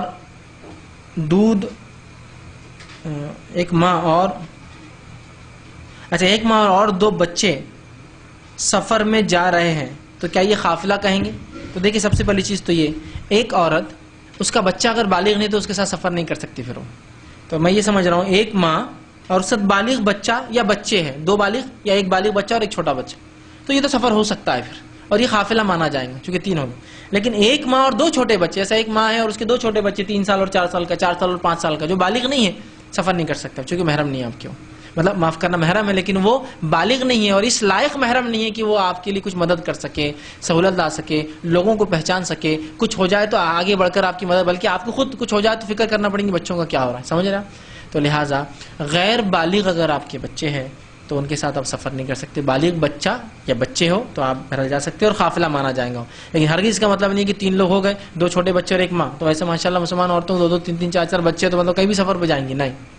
سفر پہ محرم ہو اور بالغ ہو جو اس کے دفاع کے لیے کھڑا ہو سکتا ہے، اس کی حفاظت کر سکتا ہے، اور جو جانتا ہے سماج اور معاشرے کی حالت کہ لوگ کیا کیا کر سکتے ہیں اور اس کے دفاع میں ان کی جس کو بولیں گے فتنوں سے، ایک عورت اکیلی جانے سے کیا نقصانات ہو سکتے ہیں، اس کو سمجھ اور شعور رکھتا ہے، تو بہرحال ایسے بچے ہو تو الگ بات ہے، لیکن ایک دم چھوٹے بچوں کو لے جانا کہ بھائی 3 ہوگا تو قافلہ ہوگا، یہ درست نہیں ہوگا. جی سفر کے دوران جماعت سے نماز پڑھ سکتے ہیں. دوسرا میرا سوال یہ ہے کہ اگر بوندے میں اگر دوسرے کا وقت ہوگا، جیسے آپ نے کہا کہ 2 رکعت نماز پڑھنی، تو فرض نماز کے ساتھ 4 رکعت ہوتی ہے، تو امام کے پیچھے پڑھ سکتے ہیں نماز، کیا اپنے خود کی پڑھنا چاہیے؟ جی بھائی نے 2 سوال کیے. ایک تو کیا سفر میں جماعت سے نماز ہوگی؟ ہاں بالکل. اگر سب مسافر ہے اور جماعت بنانے کا موقع ہے تو بالکل آپ جماعت بنائیے. اب یہاں آپ پہ دونوں آپشن ہیں، چاہے تو پوری پڑھیے چاہے تو قصر کریے، اس لیے کہ پورے لوگ سفر میں ہے نا تو قصر کر سکتے ہیں. امام بھی سفر میں تو امام بھی قصر اور مقتدی. یا کچھ لوگ کہتے ہیں نہیں پوری پڑھ لیں گے کوئی مسئلہ نہیں، تو آپ پوری پڑھ سکتے ہیں، یہ آپ کا آپشن ہے. لیکن آپ بالکل قصر کر سکتے ہیں، امام بھی قصر کریں گے اور مقتدی بھی قصر کریں گے. اب رہا مسئلہ ہے کہ بھائی کا دوسرا سوال تھا کہ ہم بمبئی پہنچ گئے جہاں ہم قصر کر سکتے ہیں لیکن ہم کو وہاں جماعت ملتی ہے، تو آپ جماعت میں نماز پڑھیں گے اور پوری پڑھیں گے جماعت کے ساتھ، اس لیے کہ جماعت کی نماز کا ثواب 27 درجے زیادہ ہے بنسبت انفرادی جماعت نماز کے. تو ظاہر سی بات ہے اگر آپ سفر میں ہیں اور جماعت نہیں مل رہی تو قصر کیجیے، لیکن اگر جماعت مل رہی تو میں کہوں گا جماعت پا لی. جیسا ظہر میں آپ گئے، آپ کو ظہر فجر جماعت سے ملتی ہے، ظہر جماعت سے 4 رکعت پڑھ لیجیے، 2 رکعت اثر کی قصر کر کے نکل جائیے. اب آپ کو سیدھا مغرب یا عشاء میں نماز پڑھنا ہے تاکہ آپ پورا سفر خریدی سب کر لیں گے، اس کے بعد عشاء میں آرام سے پڑھ لیجیے. لیکن امام کے پیچھے ملتی ہے تو میں کہوں گا پورا پڑھیے. جماعت ملتے ہوئے جماعت چھوڑ کے مت پڑھیے. یاد رکھیے قصر کا معنی ہرگز یہ نہیں کہ آپ پر قصر فرض ہے تو لہٰذا جماعت بھی چلی تو آپ بولیں گے نہیں میں تو مسافر ہوں قصر کروں گا. آپ جماعت میں اگر ہو تو جماعت سے پڑھیے، ثواب زیادہ ہے اور پوری اس میں 4 پڑھی. رہا اس کے علاوہ دوسری نماز پڑھنا ایسا 3 مغرب پوری پڑھ لی، مغرب تو خیر قصر ہوتی بھی نہیں، اس کے بعد آپ عشاء پڑھ لیں. یا آپ جو ہے کہیں جا رہے ہیں اور ظہر مل گئی آپ کو تو اثر ظہر پوری پڑھ لے، اثر قصر کر کے پھر مسجد سے نکل جائے. تو امام کے پیچھے جب پڑھیں گے تو اس کو پورا ہی پڑھیں گے آپ. جی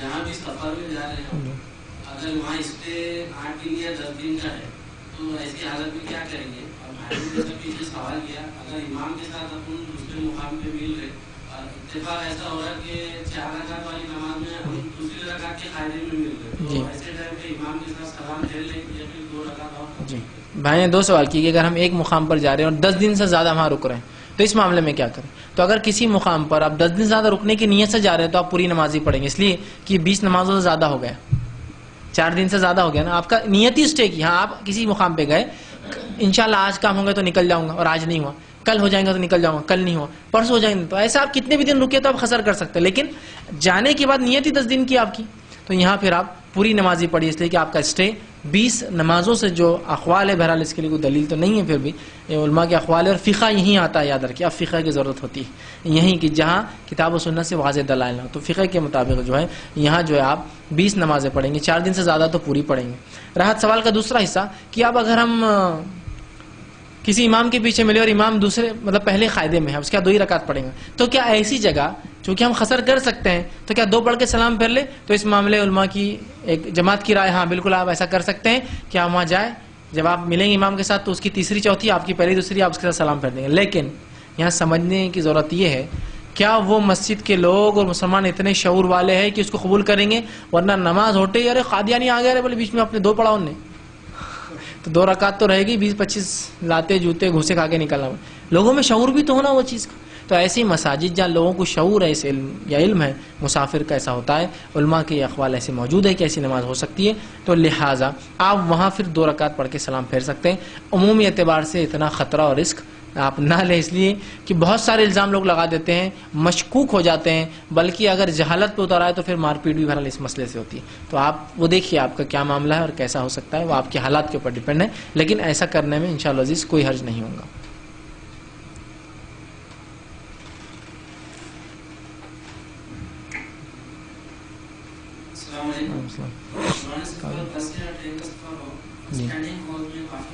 جی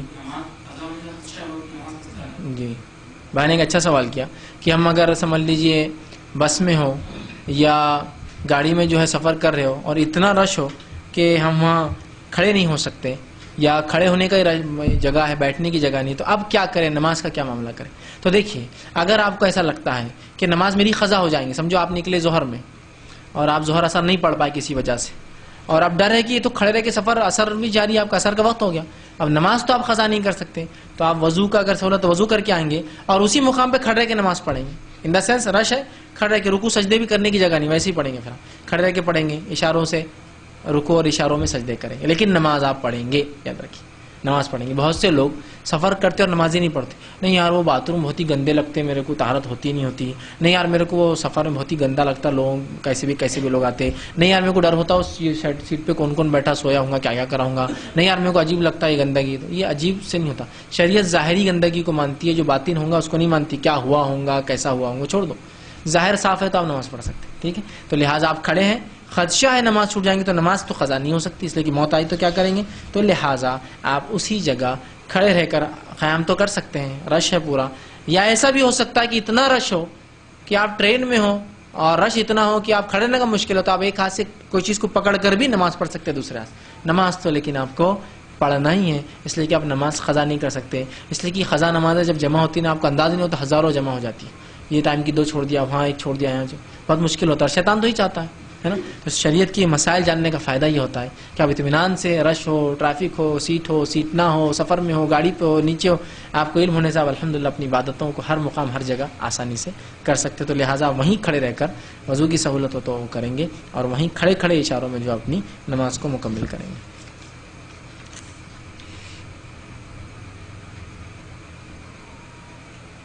کسی نے ایک سوال کیا تھا قصر نماز کے لیے ڈسٹنس مقرر ہے، شہر کی کتنے دور جانے میں قصر نماز پڑھیں گے. تو میں نے اس کی بات بتا دی. اس میں اقوال ہے، آپ کو جس اس میں آپ کو لگے کہ سفر ہے، شہر سے نکلنے کے بعد تکلیفیں ہیں، تو آپ اس میں قصر کر سکتے ہیں. یہ آپ کا اپنا مسئلہ ہے، چونکہ اس کے لیے کوئی متعین حد جو ہے ثابت نہیں ہے. یاد رکھیے. کسی نے ایک سوال کیا موضوع میں نماز ہوتی ہے کیا، اور چپل وغیرہ میں قرآن پڑھ سکتے ہیں کیا، جیسے موبائل میں قرآن ہے، اور کیا موبائل میں قرآن رکھ سکتے ہیں. کسی نے سوال کیا. تو دیکھیے موضوع میں بالکل نماز ہو سکتی ہے. آپ نے وضو کر کے اگر موزے پہنے ہیں تو بالکل اس میں اگر آپ چاہے تو مسح کر کے بھی نماز پڑھ سکتے ہیں وضو ٹوٹنے کے بعد، یا اگر وضو ہے وہی وضو میں ہے تو بالکل کوئی مسئلہ نہیں. تو موضوع میں پیتاؤں میں بالکل نماز ہو سکتی ہے، کوئی وجہ ہی نہیں ہونے کی. دوسرا ان کا سوال ہے کہ چپل وغیرہ میں قرآن پڑھ سکتے ہیں. آپ بالکل آپ پڑھ سکتے ہیں. آپ کہیں بیٹھے ایسا ٹرین میں بیٹھے اور آپ قرآن پڑھنا چاہتے ہیں، سفر میں پڑھنا چاہتے ہیں، بالکل جوتے چپل سے کوئی نماز کا لینا دینا نہیں آتا، بالکل آپ اس کو پہن کر نماز پڑھ سکتے ہیں. یہ اسی کوئی بے حرمتی میں شامل نہیں ہے. آگے انہوں نے کہا کیا موبائل فون کے اندر قرآن رکھ سکتے ہیں. تو بالکل آپ موبائل میں قرآن رکھ سکتے ہیں، جبکہ آپ کی نیت یہ ہے کہ آپ خالی وقت ہوتا ہے قرآن کی کاپی لے جانا بڑا مشکل ہے. موبائل میں بہت آسانی سے، اسپیشلی جو بڑے اسکرین کے اینڈرائڈز آتے ہیں، بہت آسانی سے آپ ٹچ اسکرین ہوتے ہیں، پڑھ سکتے ہیں قرآن، سن سکتے ہیں. تو بالکل رکھنے میں کوئی حرج نہیں، اس لیے کہ وہ جو موبائل ہے، آپ بولیں گے طہارت خانے میں بھی ہم جاتے کبھی لے کر، تو وہ موبائل اصل موبائل ہے، قرآن نہیں ہے. جو حرمت مصحف کی ہے، ایکچوئل قرآن کی ہے جو بک میں ہوتا ہے، ویسی حرمت الیکٹرانک ٹیکسٹ کی نہیں ہے. فزیکلی قرآن کتابی شکل میں ہونا اور الیکٹرانک ہونا بہت فرق ہے، زمین آسمان. تو لہٰذا جب آپ اس کو لے جا رہے جیب میں رکھ کر تو الیکٹرانک فارم میں ہے، ظاہر سی بات اس کی وہ حرمت نہیں جیسا مصحف کو لے جا رہا تو گناہ کر رہا، غلط ہے. لیکن الیکٹرانک فارم میں ہے اور اصل موبائل کے ساتھ قرآن ہے، موبائل کے ساتھ کوئی چیز ہے، تو اس میں انشاءاللہ عزیز کوئی حرج نہیں. تو آپ موبائل میں قرآن رکھ سکتے ہیں تاکہ آپ سنیں. لیکن ہرگز آپ اس لیے نہ رکھیں موبائل میں، وہ رہتا نا پہلا موبائل لیے تو برکت کے لیے قرآن ڈال دو اس میں، نہ کبھی سنتا نہ کبھی پڑھتا، خالی وہ برکت کے لیے رہتا پڑا ہوا اندر ہے نا قرآن، اور کبھی کبھی بتانے کو کام آتا. ارے قرآن نہ میرے موبائل میں بتاؤ کھول کے، تو خود کھولنا نہیں آ رہا کہ تو کبھی کھولے ہوئے نہیں ہو اس کو سب اپلیکیشن. ارے بولا انسٹال کرو، ارے انسٹالیشن نہیں کیا آج تک میں نے، خالی ڈال کے رکھا ہوا. ارے ایکسپائر ہو گیا ہو، ایکسپائر ہو کے بھی 1 سال ہو گیا تو خالی برکت کے لیے ڈالا ہوا. یہ تو غلط ہے. لیکن کو پڑھنے کے لیے، سمجھنے کے لیے. بہت سی بار مساجد میں آپ جائیں قرآن کی مصحف نہیں ملتی، آپ دور ہوتے ہیں، آپ عرب ممالک میں جائیں تو اپنے موبائل کا صحیح استعمال کرتے ہو. بہت سی بار کچھ لوگ ہوتے ہیں نا ہندوستانی پاکستانی، بولتے ارے عرب ایسے رہتے ہیں، کیا کرے بھائی تیرے ساتھ عرب نے ایسا، ارے کعبے کے سامنے بیٹھا اور موبائل پہ کھیل رہا. دیکھے تم نے کیا کھیل رہا؟ دیکھے تو نہیں، لیکن وہ کھیل رہا تھا. تو موبائل نہیں کھیل رہا ہوں گا، قرآن پڑھتے بیٹھا ہوں. مصحف کیوں لے کے آنا، وہ اس میں رہتا، پڑھتے بیٹھے رہتے. بہت سے لوگ دیکھیں آپ مساجد میں قرآن پڑھتے رہتے ہیں موبائل کے اندر، کیونکہ اب جاؤ کاپی لاؤ وہاں سے، پھر رکھو، امام خطبہ چالو کر دیں گا، جمعہ ہے، آپ آرام سے اپنا نکالیے اپنا فون، پڑھتے بیٹھتے ہو گیا. اب ہمارے لوگوں کو کیا لگتا ہے فون بول دو کچھ تو بھی کھیل رہا ہوں گا، تو کعبے میں بھی دیکھو کھیلتے بیٹھا ہوا. ارے وہ کھیل رہا نہیں بھائی، وہ موبائل میں دیکھ رہا ہوں گا، قرآن پڑھ رہا ہوں. تو کتنی سہولت ہے نا، آپ موبائل میں رکھیے، آپ پڑھتے بیٹھیے آرام سے، تاکہ وہ مصحف لانا لے جانا وہ سہولت بھی ہوتی. تو مقصد اس کا پڑھنا ہو، نہ کہ وہ برکت والا معاملہ. جی جی جیسے کہ پہلے آپ نے کہا تھا کہ تیمم یعنی وضو کر لینا چاہیے، جی، اور پھر وضو اگر ٹوٹ جاتا ہے جی، تو تیمم کا جو طریقہ تھا آپ نے کہا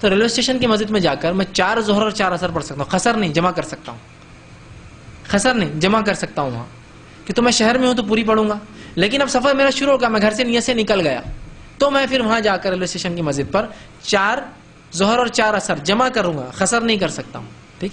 تو لہٰذا اگر آپ شہر میں ہی ہیں اور شہر سے نکل رہے کہ بھائی جانا ہے، فلائٹ پکڑنا ہے، اور آپ کو لگ رہا ہے فلائٹ میں بہت مشکل ہے نماز کا، تو آپ یہاں سے نکل رہے ایئرپورٹ سے پہلے کوئی مسجد پہ آپ رکے، تو وہاں آپ 4 ظہر اور 4 عصر یا 3 مغرب اور 4 عشاء پڑھیں گے، قصر نہیں، پوری پڑھنا پڑیں گے، اس لیے کہ آپ کو پوری سہولت ہے، کوئی سفر کی تکلیف نہیں جس میں آپ کٹ شارٹ کریں اپنی نمازوں کو، آپ جمع کریں گے اس کو، قصر نہیں ہوں گی، جمع. جیسے کہ نبی اکرم صلی اللہ علیہ وسلم نے ایک بار بارش تیز ہوئی تو آپ نے نمازوں کو جمع کر دیا، ظہر 4 کی 4 پڑھے، عصر 4 کی 4 پڑھے، جمع کر کے لے کے، تو آپ جمع کر دیں گے.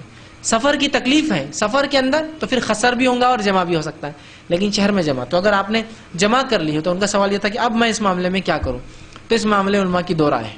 ایک تو یہ کہ کسی فریضے کو کرنے کا اگر وقت شروع ہو جائے تو اس کو پہلے کر دینا چاہیے. جیسا کہ اگر میں مغرب میں نکلتا ہوں کسی شہر سے اور امید ہے کہ عشاء میں پہنچ جاؤں گا اس شہر، اپنے شہر، لیکن رسک یہ ہے کہ ہو سکتا لیٹ بھی ہو جاؤں، ہو سکتا کچھ ہو جاتا ہے، احتیاطاً میں مغرب اور عشاء ملا لوں، اور جب پہنچا تو عشاء کا وقت تھا، تو علماء کہتے ہیں یہ درست ہے، اس لیے کہ اس نے فرض کا وقت شروع ہوتے ہی فرض کو ادا کر دیا، چونکہ وہاں اس کے لیے قصر کا موقع تھا، اس نے اس کا فائدہ اٹھا لیا، لیکن پھر پہنچ گیا اپنے شہر تو اس کو دہرانے کی ضرورت نہیں ہے.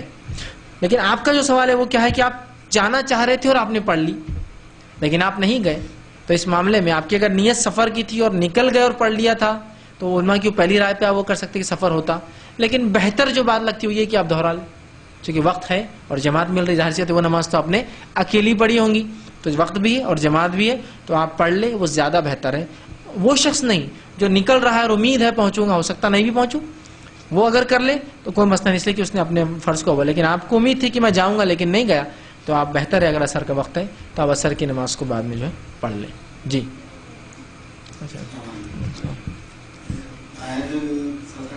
جی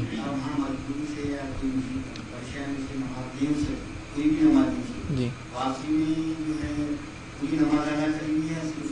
میں نے ایک اچھا سوال کیا کہ جب وہ سفر میں گئے اور کچھ وجہ سے نمازیں نہیں ہو سکی ان کی، تو واپس آنے کے بعد کیا کریں گے، پوری پڑھیں گے یا قصر؟ تو دیکھیے شریعت جس کیفیت جس حالت میں تھے اس کو مانتی ہے. تو آپ سفر میں قصر پڑھتے ہیں عام طور سے، تو آپ سفر میں جو نمازیں چھوٹی اس کو شہر میں آنے کے بعد بھی قصر کریں گے. اور اگر آپ شہر سے نکل رہے تو کوئی نماز آپ کی چھوٹ گئی، تو اگر آپ سفر میں ہیں تو چونکہ آپ شہر میں ہوتے تو پوری پڑھتے، تو سفر میں ہونے کے باوجود بھی اس نماز کو آپ پوری پڑھیں گے، اس لیے کہ شریعت جس حالت میں آپ نے جو کیا اس کو مانتی ہے. تو آپ سفر میں نماز چھوٹی تو شہر میں آنے کے بعد قصر کریں گے، قصر ہی پڑھیں گے. اور اگر شہر میں کوئی نماز چھوٹی اور آپ عشاء سے پہلے آپ چڑھ گئے ٹرین میں، وضو کا موقع نہیں ملا، رش اتنا تھا کہ آپ اوپر بیٹھ گئے اور پھنس گئے، اوپر بیٹھنے کے بعد اب جگہ بھی نہیں اور کچھ بھی نہیں ہو سکا، ٹھیک ہے، اور نہ آپ تیمم کر سکے، نہ کچھ ہو سکا، نہ کوئی اشاروں میں، آپ بھول بھی گئے، غفلت بھی ہوگی، سفر کے رش میں ہو گیا، اب فجر کے وقت آ گیا، اور جب آپ چڑھے تھے تو جب تو ظاہر سی بات آپ شہر میں تھے، تو آپ جب اتریں گے تو آپ پوری 4 رکعت پڑھیں، اس لیے کہ تب آپ سفر میں نہیں تھے، نکل رہے تھے، خالی اس سے نیت تھی اور پڑھ بھی نہیں سکے. تو زمین پہ، یا پھر میں نکل رہا تھا گھر سے، معاف کرنا، ٹرین میں نہیں چڑھا، نکل رہا تھا، نکلنے کے بعد وہاں گیا اور اس کے بعد مجھے وہ نہیں ملا اور میرا وقت وہ چلا گیا، چھوٹ گئی، تو میں نے جس حالت میں نماز چھوڑی تھی وہ قصر نہیں تھی، تو لہٰذا سفر میں بھی ہوں تو پوری پڑھوں گا. اور اگر کوئی نماز سفر میں چھوڑا تھا تو شہر آنے کے بعد پڑھنا چاہتا ہوں، اس کو قصر ہی پڑھوں گا. تو جیسے عصر کی رہ گئی تھی 2 رکعت پڑھیں گے، ظہر 2 رکعت. اور اگر کوئی نماز تھی جو سفر سے پہلے چھوٹی تھی، آپ کو یاد ہے یار میں نے آج کی ظہر نہیں پڑھا اور سفر میں آ گیا ہوں، تو آپ قصر نہیں کریں گے، آپ پوری 4 پڑھیں گے، اس لیے کہ چھوڑے آپ نے شہر میں تھے. اسی طرح قصر میں جو چھوٹیں گی تو شہر میں آنے کے بعد قصر ہی کریں گے اس کو. جی سفر کے دوران مسافر کو اگر غسل کی ضرورت پڑ جائے اور نماز کا وقت ہو جائے اس وقت کیا کرنا چاہیے؟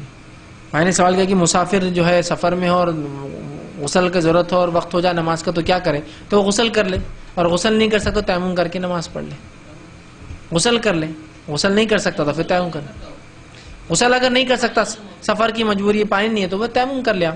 تیمم کا غسل بھی وہی ہے اور تیمم کا وضو بھی وہی ہے، چہرے پر ہاتھ پھیرنا اور ہاتھ پر ہتھیلیوں پہ ہاتھ پھیرنا.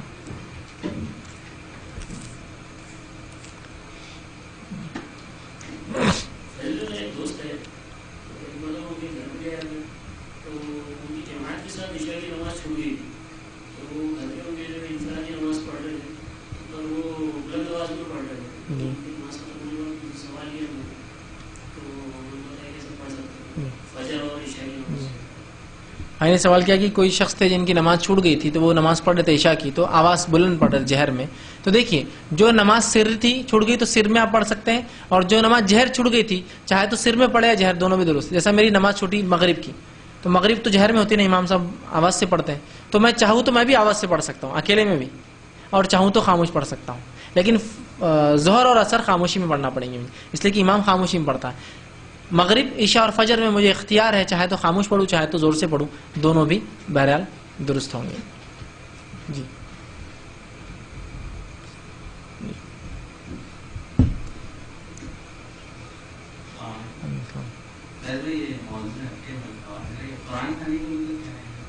جی بھائی نے ایک سوال کیا قرآن خوانی کے تعلق سے. تو بھائی قرآن خوانی کیا ہے انہوں نے مجھ سے پوچھا، تو اب بتا ہی دیتا ہوں قرآن خوانی کیا ہے. قرآن خوانی یہ ہوتا ہے کہ آپ کبھی کوئی نئی دکان لیتے ہیں، نیا مکان بناتے ہیں، ٹھیک ہے، اور کوئی نئی چیز خریدتے ہیں، اور آپ چاہتے ہیں کہ بس ایک بار میں پورا بیڑا پار ہو جائے، زندگی بھر پہ ضرورت نہ پڑے، تو اس کے لیے قرآن خوانی کرتے ہیں. لوگوں کو بلا کے پڑھوا کے پوری برائیوں کو بلاؤں کو نکال کے ساری برکتوں کو زندگی بھر کی ایک بار میں بلا کے زندگی بھر پہ قرآن نہیں کھولتے آپ.